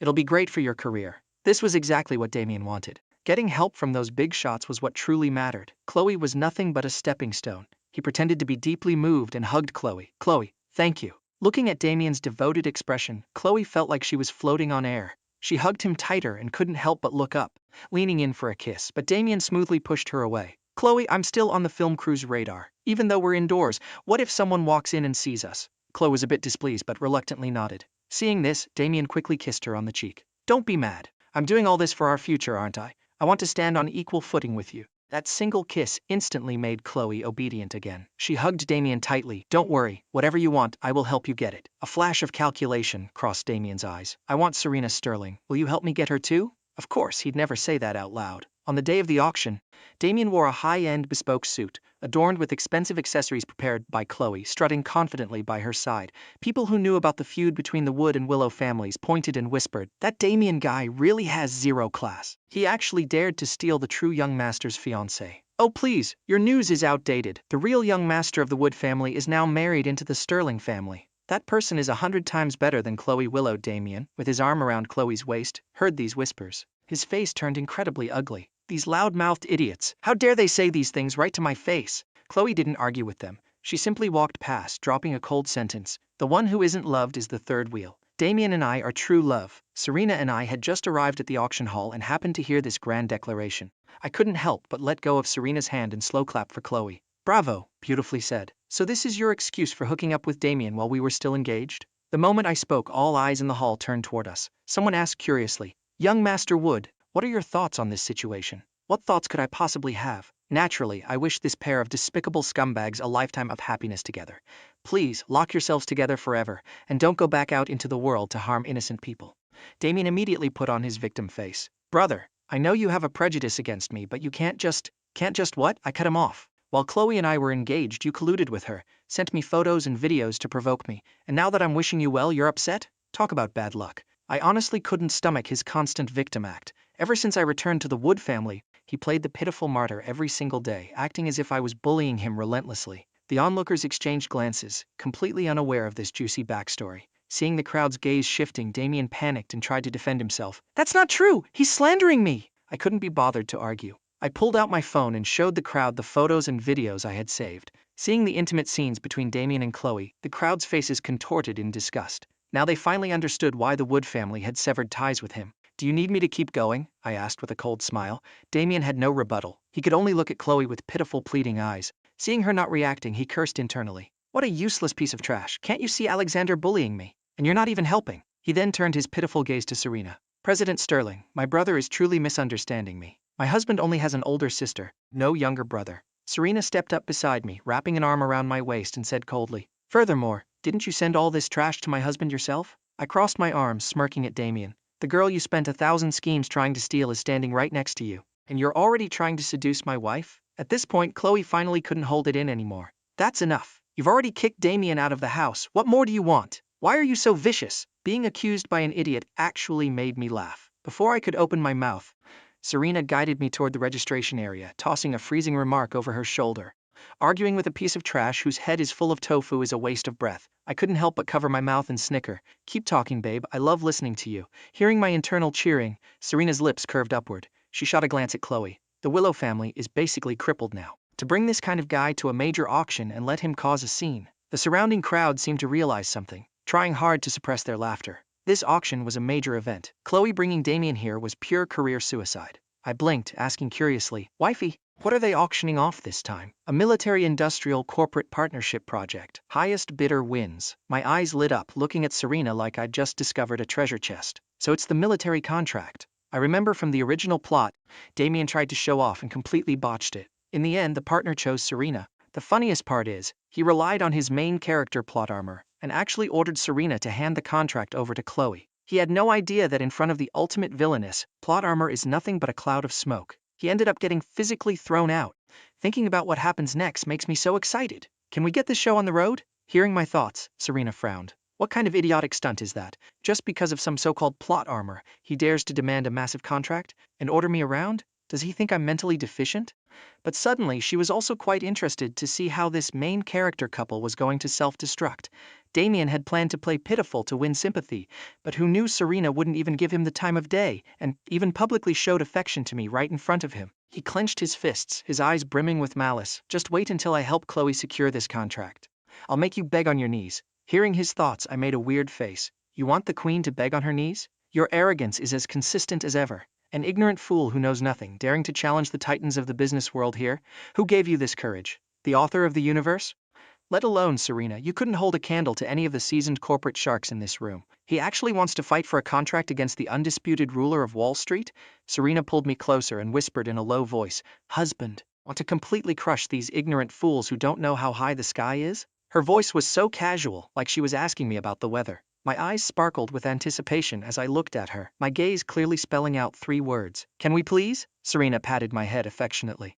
If you want to, let's play with them. We have to. I want a front row seat to watch Damian make a complete fool of himself, I whispered excitedly with her, settling in for the show. The auction began quickly. First up were a few small items and antique jade pieces. When a tie clip came up for bid, I whispered to Serena, I like this. Serena didn't say a word. She just kept her eyes locked on the auctioneer. This tie clip starts at 500,000. Minimum increment is 100,000. Let the bidding begin. Damian had his eye on the tie clip too. He whined to Chloe, Chloe, that tie clip is so beautiful. If I could wear this solid gold tie clip, I'd look so sharp. If you like it, I'll buy it. Chloe had a surplus budget this time. A tie clip was nothing. 1 million. 1.3 million. The price quickly soared to 2 million. Chloe frowned slightly. The tie clip was nice, but the price was clearly inflated. Damian knew it was getting expensive, so he played the martyr. Chloe, never mind, it's too expensive. Despite his words, his face clearly screamed that he didn't want to give it up. Just as Chloe was about to speak, Serena's lazy voice rang out, 5 million. She couldn't be bothered with small increments. She just waited for the price to stabilize and went in for the kill. I was shocked and grabbed Serena's arm. What are you doing? 2 million was already a ripoff, and you just casually bumped it by 3 million. You're the husband of the head of the Sterling family. You can have whatever you want. Don't worry about the price tag. Serena's decisive attitude silenced anyone else who wanted the tie clip. It wasn't that they couldn't afford it, but everyone had to give face to Serena Sterling. Hearing the final hammer drop, Damian's eyes were bloodshot with jealousy. When the price was at 2 million, Chloe was already hesitating, but Serena casually dropped an extra 3 million just to buy me a tie clip. The difference in status was glaringly obvious. He glanced at Chloe next to him. Sure enough, a knockoff can't compare to the real deal. This useless woman doesn't even have the guts to raise a bid. Hearing his thoughts, my lips curved into a smirk. So Damian's starting to resent Chloe, huh? Even though Chloe was the heiress of the Willow family and possessed female lead plot armor, compared to Serena, she was pathetically weak. He still wanted that military contract. The money in his hands naturally couldn't be spent recklessly. This tie clip wasn't some legendary artifact. To Chloe, it wasn't worth it. Furthermore, getting into a bidding war with an apex predator like Serena, Chloe had no chance. She looked helplessly at Damian, rubbing her temples, wanting to comfort him, but ultimately said nothing. She planned to buy him something more suitable later. Right after that, a set of black diamond cufflinks was brought out. Serena's eyes immediately locked onto them. This set of natural black diamond cufflinks starts at 2 million, minimum increment 500,000. Begin! 10 million, Serena stated flatly. The wealthy businessmen who were planning to bid on the item as gifts for their families were all stunned. A jump of 8 million in one go? She was clearly determined to get these cufflinks. Everyone helplessly gave up. It was only then that I reacted, pinching Serena's cheek. You absolute spendthrift, she smiled at me gently. The allowance I give you is far more than this. Don't be so stingy. You are my husband. You deserve the absolute best. Serena held my hand, speaking casually. The black card she gave me could buy dozens, hundreds of these sets, yet I was nickel and dimming over small change. He must have suffered so much before. Husband, you have to believe in your wife's ability to make money. If you don't spend it, how are you going to fulfill your role as a gold-digging husband? Hearing her logic, I felt it made weird sense. I nodded seriously. Then I won't hold back anymore. Serena nodded in satisfaction and continued watching the auction. Our conversation was overheard by Damian behind us. Seeing Serena buy such ridiculously expensive items for me without blinking, while Chloe had absolutely nothing to show, he couldn't accept it. Chloe, these cufflinks don't suit us anyway. The most important thing today is the military contract. Although Chloe spoiled him, she knew how to prioritize. The fact that she explained this to him at a time like this proved she valued him. Damian's face stiffened, but he remained silent. He wasn't stupid. He understood Chloe's point. Normal jewelry was fine, but outrageously priced items like this tie clip or cufflinks were off limits. I get it. Though unwilling, he knew he couldn't afford to burn bridges with Chloe right now. His future still relied heavily on her. Whatever I lost today, I'll take back 1,000-fold in the future. Thinking this, his mood improved. He sneaked a glare at me, sneering internally. You think winning 2 items gives you the right to be arrogant? Just wait until we win the military contract. We'll see who's humiliated then. Looking at his internal smugness, I shook my head helplessly. Damian's overconfidence was truly pathological. Damian is so understanding, not making a fuss right now. This was the first time I'd heard Chloe's inner thoughts since entering the hall. If Damian heard that, I wonder what he'd think. Next, Serena won 2 more items I liked. Damian's side also managed to get an item for under 1 million. Finally, the critical moment arrived. The bidding for the military-industrial corporate partnership began. The presenter was the highest-ranking executive of the military enterprise. Upon seeing Serena, his expression shifted slightly. I asked curiously, "Wifey, do you know him?" "We've met a few times, done some minor business together." I nodded in understanding. It looked like Serena had a very high chance of securing this contract. I wondered how Damian, who was utterly convinced of his own victory, would react. Once the bidding started, Serena didn't jump in immediately, choosing to observe the others. By the time Chloe jumped in, the price was already over 8 billion. She shouted, 10 billion! Damian frowned and whispered, "Chloe, isn't this too expensive? What kind of contract requires 10 billion? They're not just trying to scam money out of you, are they?" The surrounding crowd shot them mocking looks, making Damian feel slightly awkward. Even Chloe frowned. "Damian, don't talk nonsense. We only know the general outline of this project. The specifics will be explained by the executive after the bidding." Damian's words were essentially begging to be humiliated. "I'm not talking nonsense. It's just a normal partnership. Why spend 10 billion?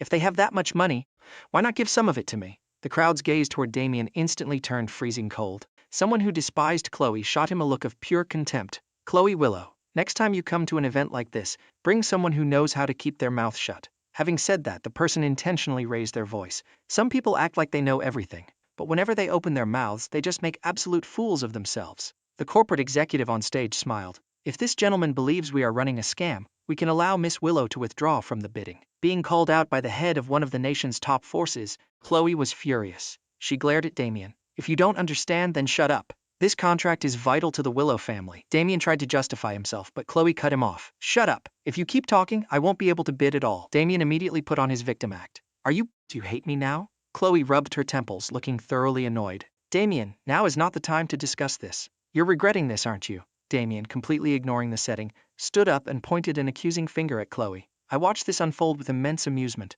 "Weren't you supposed to be smart? Why are you acting like this now? You're basically stomping on Chloe's dignity in front of an entire crowd." Looking at Chloe's pitch-black expression, I couldn't help but laugh. I wanted to see exactly how far he would take this. "Damian, do you have any idea where you are right now?" Chloe finally exploded. Normally, she would have coddled him, but this was different. There were countless VIPs here, including military representatives. Him throwing a tantrum was humiliating her beyond repair. It was only then that Damian realized the mocking stares of the entire hall. I rested my chin on my hand, sneering. "Everyone knows you two are so deeply in love, but please, save your lovers' quarrels for private. Stop holding up the bidding process." "Exactly what is wrong with the Willow family? Bringing an idiot here just to cause trouble for us." Damian had no choice but to hide behind Chloe. Left with no options, Chloe had to stand up and apologize. "I apologize, everyone. It's our fault."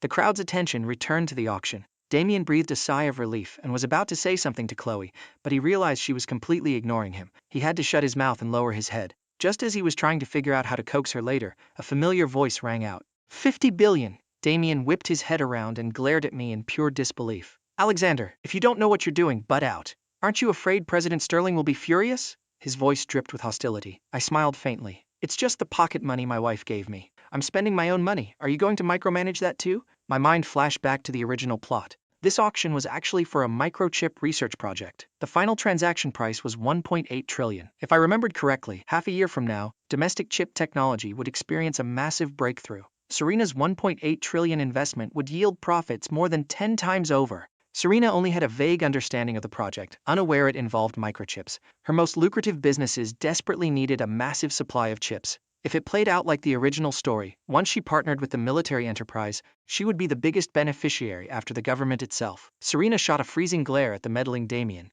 then turned to me with a gentle smile. "Husband, you handle this auction. Bid as high as you want. I've got your back. Just ignore the irrelevant clowns." "Okay," I nodded. Whispers broke out in the crowd. Who tries to micromanage how someone else spends their money? Especially when the wife hasn't even said anything. What is that guy so anxious about? Damian's face flushed crimson. He wanted to retort, but Chloe yanked him back. "Shut up!" He had to swallow his words. The bidding resumed, quickly surpassing 1 trillion. Chloe was forced to withdraw due to a lack of funds. Only 3 companies remained. When the price hit 1.3 trillion, it was down to Serena and one other competitor. I knew exactly what their bottom line was, 1.5 trillion. So I simply called out the final winning price, 1.8 trillion. The moment the price dropped, the competitor instantly backed out.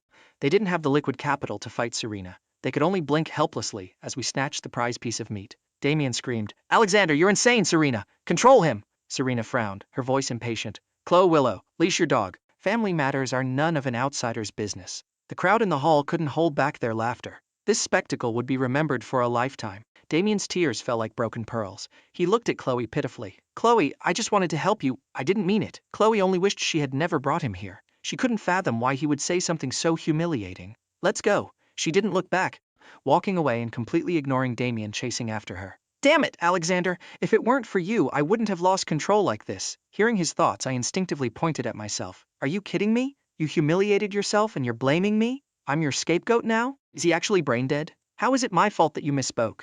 Seeing me space out, Serena stroked my hair sympathetically. He didn't do anything and still gets blamed, my poor husband. But she was also utterly baffled. How on earth was an idiot like this written as the main character? Spouting pure bandit logic in front of an entire crowd. Did he think he was being cute? After today, Damian would be the laughingstock of elite society, dragging Chloe down with him. How does her husband even have the nerve to say these things? I thought about it seriously. Probably because he's always been coddled by women. Whenever he wanted something, someone would hand it to him on a silver platter. He probably assumed you were the kind of person who could be bought with a few sweet words too. Actually, Damian's biggest reliance was the women around him who couldn't bear to scold him. In their eyes, he was an innocent, naive puppy. He was clearly playing dumb on purpose, but he always acted like, I'm so silly, I'm sorry every time he did that. No matter how angry someone was, seeing his pitiful face made them hold it in. Unfortunately for him, this time he crashed headfirst into Serena Sterling, the ultimate apex predator villainess, a woman who had conquered Wall Street years ago. How could she possibly fall for a cheap trick like that? A minor character like Damian couldn't even make a ripple in her eyes. He probably thought that since there were so many people, you wouldn't be able to refuse him publicly. Serena rubbed her temples, sighing in exasperation. Do I look that easy to bully? In his eyes, are we both just rich idiots? I patted her shoulder, signaling her not to take it to heart. Serena held my hand, her expression slightly peculiar. We've got the contract. Let's pick up our auction items and go home. We retrieved the jewelry we won and prepared to leave. As we approached the exit, we saw Chloe and Damian arguing loudly. Chloe, what do you mean? Wasn't I just trying to help you? Damian cried out, playing the victim. Obviously, Chloe had told him how important the contract was, so he went to beg Serena for it. Why was it his fault now? For the first time, Chloe felt like she didn't understand the man standing in front of her. What exactly is your relationship with Serena Sterling? Damian froze, shaking his head slightly. He had only met Serena a few times. There was no actual connection. Is a business contract just something you give away for free? Chloe was speechless. That's a contract Serena Sterling paid 1.8 trillion for. You have no connection to her. So how did you have the nerve to ask her to just hand it over? Do you have any brain cells at all? How could you say something like that in front of a massive crowd? Chloe was dying of regret for bringing Damian to the auction. She could already picture her family's reaction when she got home. They already disliked Damian, and now that he had caused this disaster, she didn't know how long it would take to explain herself. Their engagement seemed more impossible than ever. Damian's tears flowed freely. I really just wanted to help you. Damian, could you please think before you speak? Now look what's happened. I don't even know how my cousins are going to mock me. Chloe didn't dare tell him that her family was deeply dissatisfied with him. Chloe, I just wanted to help so badly I messed up. I'm sorry. Will you forgive me? Damian grabbed her arm, whining and shaking it gently. Sure enough, with Chloe, he possessed a built-in main character aura. As long as he acted weak, she would unconditionally forgive him. I know you meant well, but a lot of things aren't that simple, especially Serena Sterling. She's not someone just anyone can order around. Be more careful next time. She is not a nice person. Chloe was terrified he would go provoke Serena again. Seeing her anger subside, Damian nodded happily. Okay, I'll listen to you. Their argument ended just like that. They held hands and left intimately. Damian no longer cared about keeping his distance. I sneered. Damian really has some skills. After all, he's got that male lead plot armor. Whatever mistakes he makes, someone will always feel sorry for him. Serena scoffed contemptuously. Stupid is as stupid does. Even if he's the male lead, he's still a moron.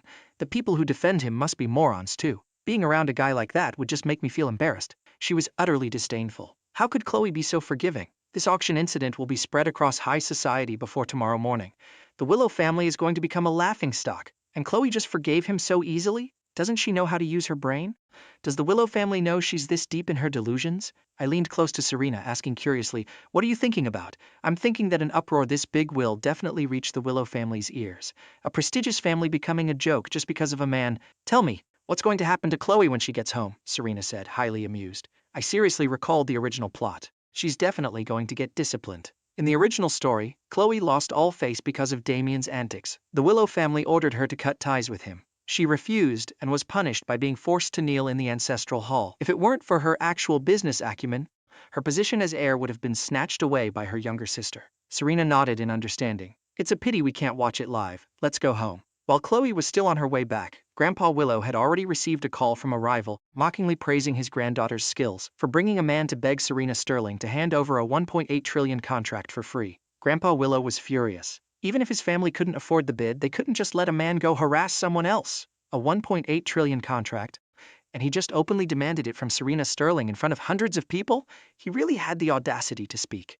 He even claimed she didn't lack contracts, a 1.8 trillion asset, and he wanted it for free? Old Willow, tell me the truth, did you put them up to this? The rival sneered. Grandpa Willow was so enraged he smashed his phone. His face was as dark as a thundercloud. He was already unhappy about the cancelled engagement between Damian and Alex.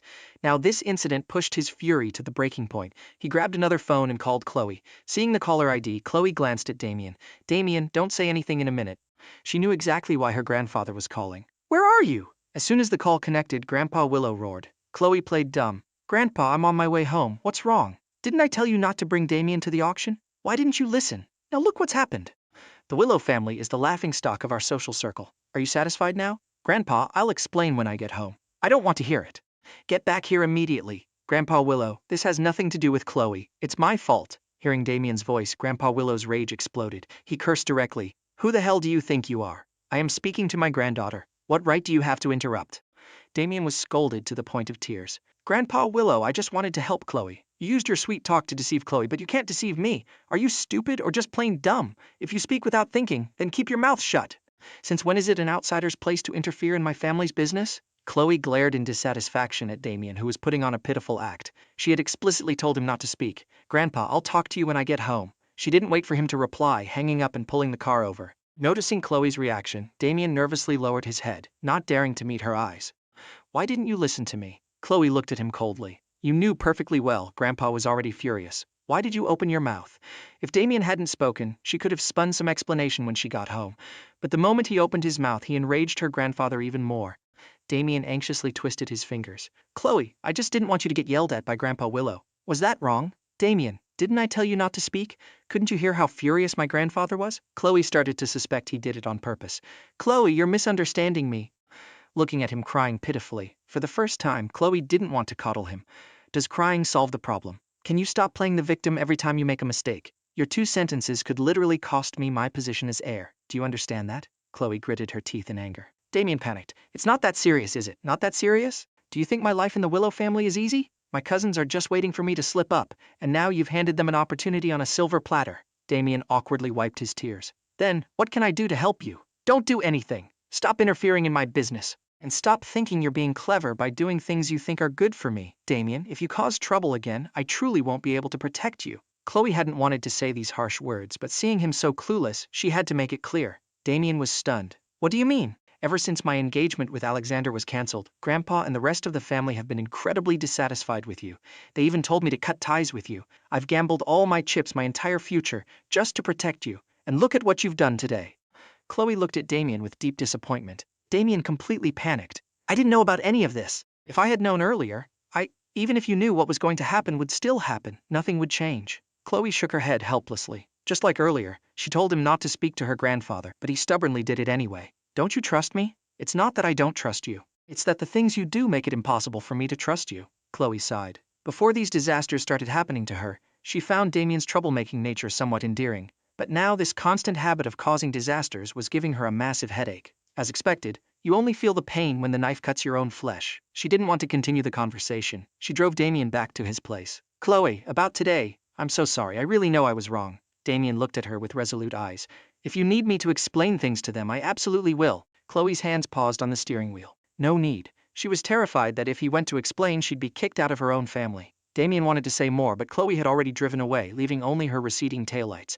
He frowned. He hadn't expected Chloe to have this kind of attitude. Today was indeed a miscalculation on his part. In the past, whenever something like this happened, Chloe always stood by his side and defended him relentlessly, but now it seemed she was genuinely angry. Damian felt a pang of regret. If only he had listened to her and not provoked Grandpa Willow. To salvage their relationship, he called Chloe to apologize, but he called multiple times and no one answered. He furrowed his brows. Is Chloe really that mad? It shouldn't be this serious, right? Actually, Chloe saw the calls. She just didn't want to answer. At that moment, on her way back to the Willow estate, the moment she walked through the door, she saw Grandpa Willow sitting there, gripping a rattan cane. Beside him were her parents, and even all her cousins were present. Looking at this setup, she knew getting through today wouldn't be easy. Chloe walked up to Grandpa Willow and knelt down. Crack! The rattan cane whipped viciously against her back. You turned your nose up at the fiancé I chose for you. Now look at the piece of trash you picked. Even a newly returned Alexander is 1,000 times better than Damian. Whenever Alexander visited, he played chess and took walks with me.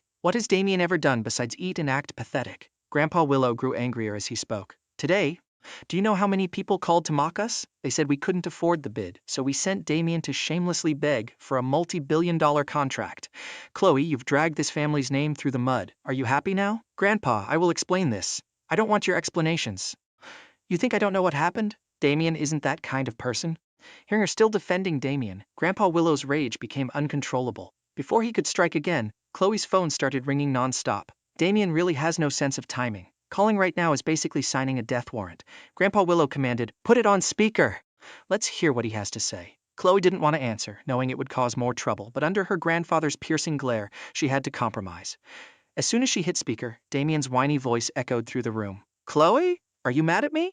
Or is Grandpa Willow and your family upset with me? If so, I'll go explain it to them. He assumed he was only talking to Chloe, speaking freely, completely unaware that the entire Willow family was listening. Chloe felt a migraine coming on. I'm busy right now. I'll call you back later. Afraid of what he might say next, she tried to hang up. No, I have to explain clearly to Grandpa Willow and everyone else. What if they misunderstand you? Besides, it's obviously their fault for not preparing enough money. Why are they blaming you? Damian complained, instantly shifting all the blame onto Grandpa Willow and the family. The entire Willow family was so furious they actually laughed. Chloe's face darkened to the extreme. Damian, shut your mouth. Which family could easily pull out 1.8 trillion in liquid capital? In his eyes, was that considered not enough money? How much was enough? Damian whined. I'm not wrong. Why are you so mad over such a small thing? Chloe, I know I messed up. Stop being mad, okay? Let's go out and have some fun. He naively thought that as long as Chloe came out and he coaxed her a bit, everything would blow over. Grandpa Willow couldn't bear to listen anymore. He laughed coldly. Damian, the internal affairs of the Willow family do not require an outsider like you to dictate them. Damian, who had been playing the pitiful card with Chloe, turned pale the moment he heard Grandpa Willow's voice. Our family is being mocked by everyone, and you think a simple apology makes it go away? You really are a master of causing disasters and then playing the innocent victim. Damian's voice trembled. Chloe, why did you let them listen to our call? His voice turned frantic, unable to believe it. Thinking about how Grandpa Willow heard everything he just said, he wanted to faint on the spot. I told you to wait until I dealt with things before calling, but you wouldn't listen, Chloe said helplessly. Young Master Wood, this old man doesn't dare accept you calling me Grandpa, Grandpa Willow said expressionlessly. I heard that at the auction Chloe bought you a valuable piece of jewelry. I expect young Master Wood to return it. We worked hard for that money, and don't come looking for Chloe anymore. The Willow family isn't worthy of a wealthy young master like you. As for the resources for his movie, it was already finished filming. Even if they were unsatisfied, there was nothing they could do. Chloe wanted to interject, but Grandpa Willow glared at her, silencing her. Hearing he had to return the jewelry, Damian panicked and stamped his feet. Chloe, I'm sorry. I really didn't mean to say those things. Please forgive me. Chloe remained silent. Damian always apologized, always claimed he didn't mean to. But to put it bluntly, he just had no brain. These situations were so easily avoidable, but he refused to listen. Nothing that happened today was an accident. Chloe was also sick of his behavior. Damian's actions were a ringing slap to her face. His petty calculations were glaringly obvious. He intentionally said those things just to drive a wedge between her and her family, making her feel sorry for him so she'd stop being mad. He hadn't expected Chloe to see right through his scheme. Damian immediately switched back to his victim persona. Chloe, things have already reached this point and you still misunderstand me? You know I'm not that kind of person. Only you know if you are or not. Chloe couldn't be bothered to argue with him. Damian tried to explain further, but the call was disconnected. When he tried calling back, no one answered. Grandpa Willow watched Chloe hang up and said coldly, Chloe, this is the person you gambled your entire future to protect. In what universe is he better than Alexander? Compared to Alexander, where exactly does this greedy leech excel? I still don't understand why you dumped Alexander for him. Chloe was silent on this point. She had to admit, Damian was indeed inferior to Alexander. Remembering my good qualities, her feelings were complex, even slightly regretful. I'll give you two choices. 1. Give up your position as heir. Our family doesn't need someone who can't distinguish right from wrong. 2. Listen to us and get engaged to the person we choose. The decision regarding the engagement was actually made today. Seeing Damian's behavior, Grandpa Willow genuinely feared for the future of the Willow family. Naturally, Chloe didn't want to give up her position as heir. She had no choice but to agree. Grandpa, I choose the engagement. Her calculation was simple. As long as she controlled the Willow family, she could do whatever she wanted. Even if she wanted to break the engagement later, it would just be a matter of saying so. Mrs. Willow instantly saw through her daughter's thoughts and sighed in disappointment. Chloe, do you still think that once you control the family, you can do whatever you want? Ever since you poured all your attention into Damian, I've been extremely dissatisfied. As a woman, I know exactly what kind of person he is. But you refuse to see it. You think we're just making things difficult for him. What exactly is so great about Damian that you defend him like this? I won't even mention the other things, just today. You know in your heart it was clearly Damian's stupidity that caused this mess, yet he blamed our family. Don't you find that ridiculous? He even tried to drive a wedge between you and us. Does he not realize that to prepare for this bid, our family pooled every cent of our liquid assets? And he complained it wasn't enough. Logically, growing up in the Wood family, he shouldn't be this ignorant. Yet he spouted such idiotic nonsense. Aside from him doing it on purpose, I can't think of any other reason. You need to give the family an answer. Chloe also realized that someone raised in the Wood family shouldn't have caused a scene at an auction like that. He did it on purpose. He thought his old tricks would work, that acting cute would make everyone obey him. He didn't expect to hit a steel wall this time. Mrs. Willow said coldly, I don't need you to answer anything. Just retrieve the money spent on him at the auction. From now on, stay away from that kind of person. Hearing she had to cut ties with Damian, Chloe hesitated again. Seeing her like this, Mrs. Willow's chest ached with frustration. She turned to Grandpa Willow. Forget it, forget it. She doesn't want this opportunity. This child has been possessed by demons. She's still pining for Damian. Even if she agrees to the engagement now, she'll just end up making enemies of the other family eventually. Mrs. Willow threw a disappointed look at Chloe. She couldn't let her daughter ruin someone else's life. Grandpa Willow also noticed her hesitation. His voice deepened. Stella, starting tomorrow, take over all of your older sister's responsibilities. Chloe, if you can't bear to cut ties with Damian, then you don't need to be the heir anymore. Although Stella was a few years younger than Chloe, her business acumen was in no way inferior. Seeing her power about to be handed to her biological sister, Chloe panicked. Grandpa, I'll listen to your arrangements. You don't need to. You can do whatever you want. The engagement is off. Grandpa Willow didn't want a repeat of the Wood family's drama. He stood up and looked at the crowd. That's it for today. You kids will rely on your own abilities. Whoever has the skill, I will give them the opportunity. Chloe's cousins all smiled. A usually quiet girl stepped forward, her eyes resolute. Grandpa, if I achieve good results, will I get the same opportunities as my older sister? Grandpa Willow looked at his quiet granddaughter. Of course.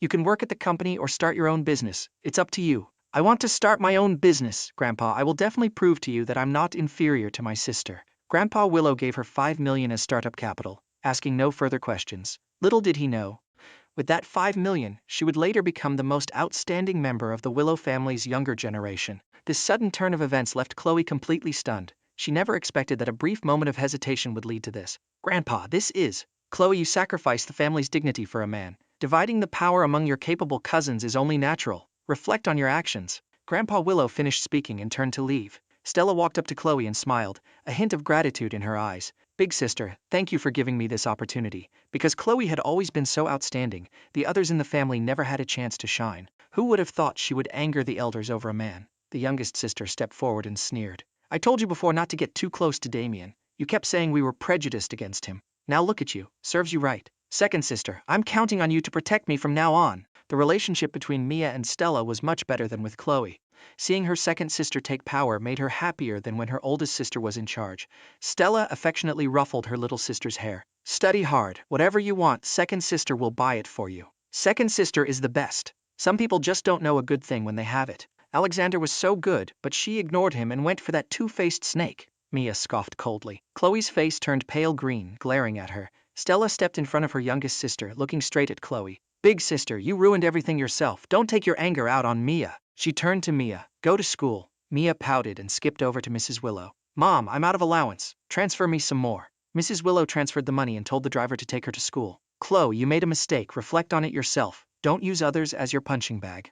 With that, she left. The rest of the family exchanged glances and gradually dispersed, all going off to prepare to seize power from Chloe's hands. On the way to school, Mia called me. Brother Alex. Chloe was so stupid she got stripped of her power by Grandpa. Hearing this news, I fell deep into thought. This little sister, her older sister, gets stripped of her heir status and she's this happy? Before I could speak, Mia spilled everything like beans from a jar, recounting the entire family drama. I listened with immense amusement. Damian is truly impressive. Daring to call and sow discord between Chloe and Grandpa Willow. Is his brain completely fried? I'll let you know if there's any more news. I'm almost at school, Mia said, still bubbling with excitement. I hung up, tossed my phone aside, and rolled around on the bed, laughing uncontrollably. Serena came out of the shower and saw me rolling on the bed in a fit of laughter. She walked over and kissed my lips. What's so funny? Mia just called. She said Grandpa Willow stripped Chloe of her power. Now, whoever is the most capable in the Willow family gets the most authority. I gloated, all because Damian called Chloe right in front of Grandpa Willow to play the victim and complained that they didn't prepare enough money. The more I talk about it, the more unbelievable it is. What exactly is going on inside Damian's head? 1 trillion was the absolute maximum liquid capital the Willow family could pull together, and he complained it was too little. How much is a lot to him? Serena also began to doubt how this so-called main character's brain was constructed. Chloe truly brought this upon herself. I nodded in agreement. Obviously all she had to do was agree to Grandpa Willow's demand to cut ties with Damian, and it would have been fine. But she refused.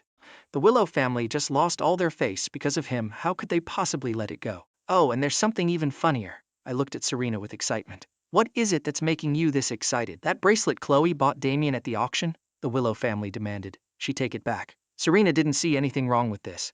Taking back what's yours is common sense. With Damian's personality, if he actually has to give it back, he'll lose a massive amount of face. Then he'll definitely go looking for his next target. Serena narrowed her eyes. Someone like Damian definitely has more backups than just Chloe. Now that Chloe has lost her position as heir, the benefits she can provide him are vastly reduced. With an ambition as massive as his, how could he possibly be satisfied with his current situation? I lazily leaned against Serena, listening to her flawless analysis, and nodded in agreement. Exactly.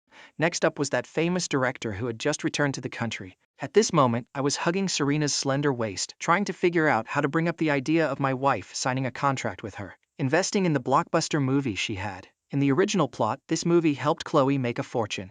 An investment of 200 million yielded a final box office of 3 billion, a guaranteed massive profit. Hearing my inner thoughts, Serena suddenly grew interested. Husband, do you know what other connections Damian has? Anything we can exploit? Hearing her take the initiative to ask, my eyes lit up. I immediately sat up. There actually is someone, Clara, a young female director who just returned from studying abroad. She has a guaranteed hit movie on her hands. She just got back. How about we sign her and invest in her movie? I looked at Serena with absolute anticipation, practically begging her to just throw money at it. Serena pinched my cheek and pulled me into her arms.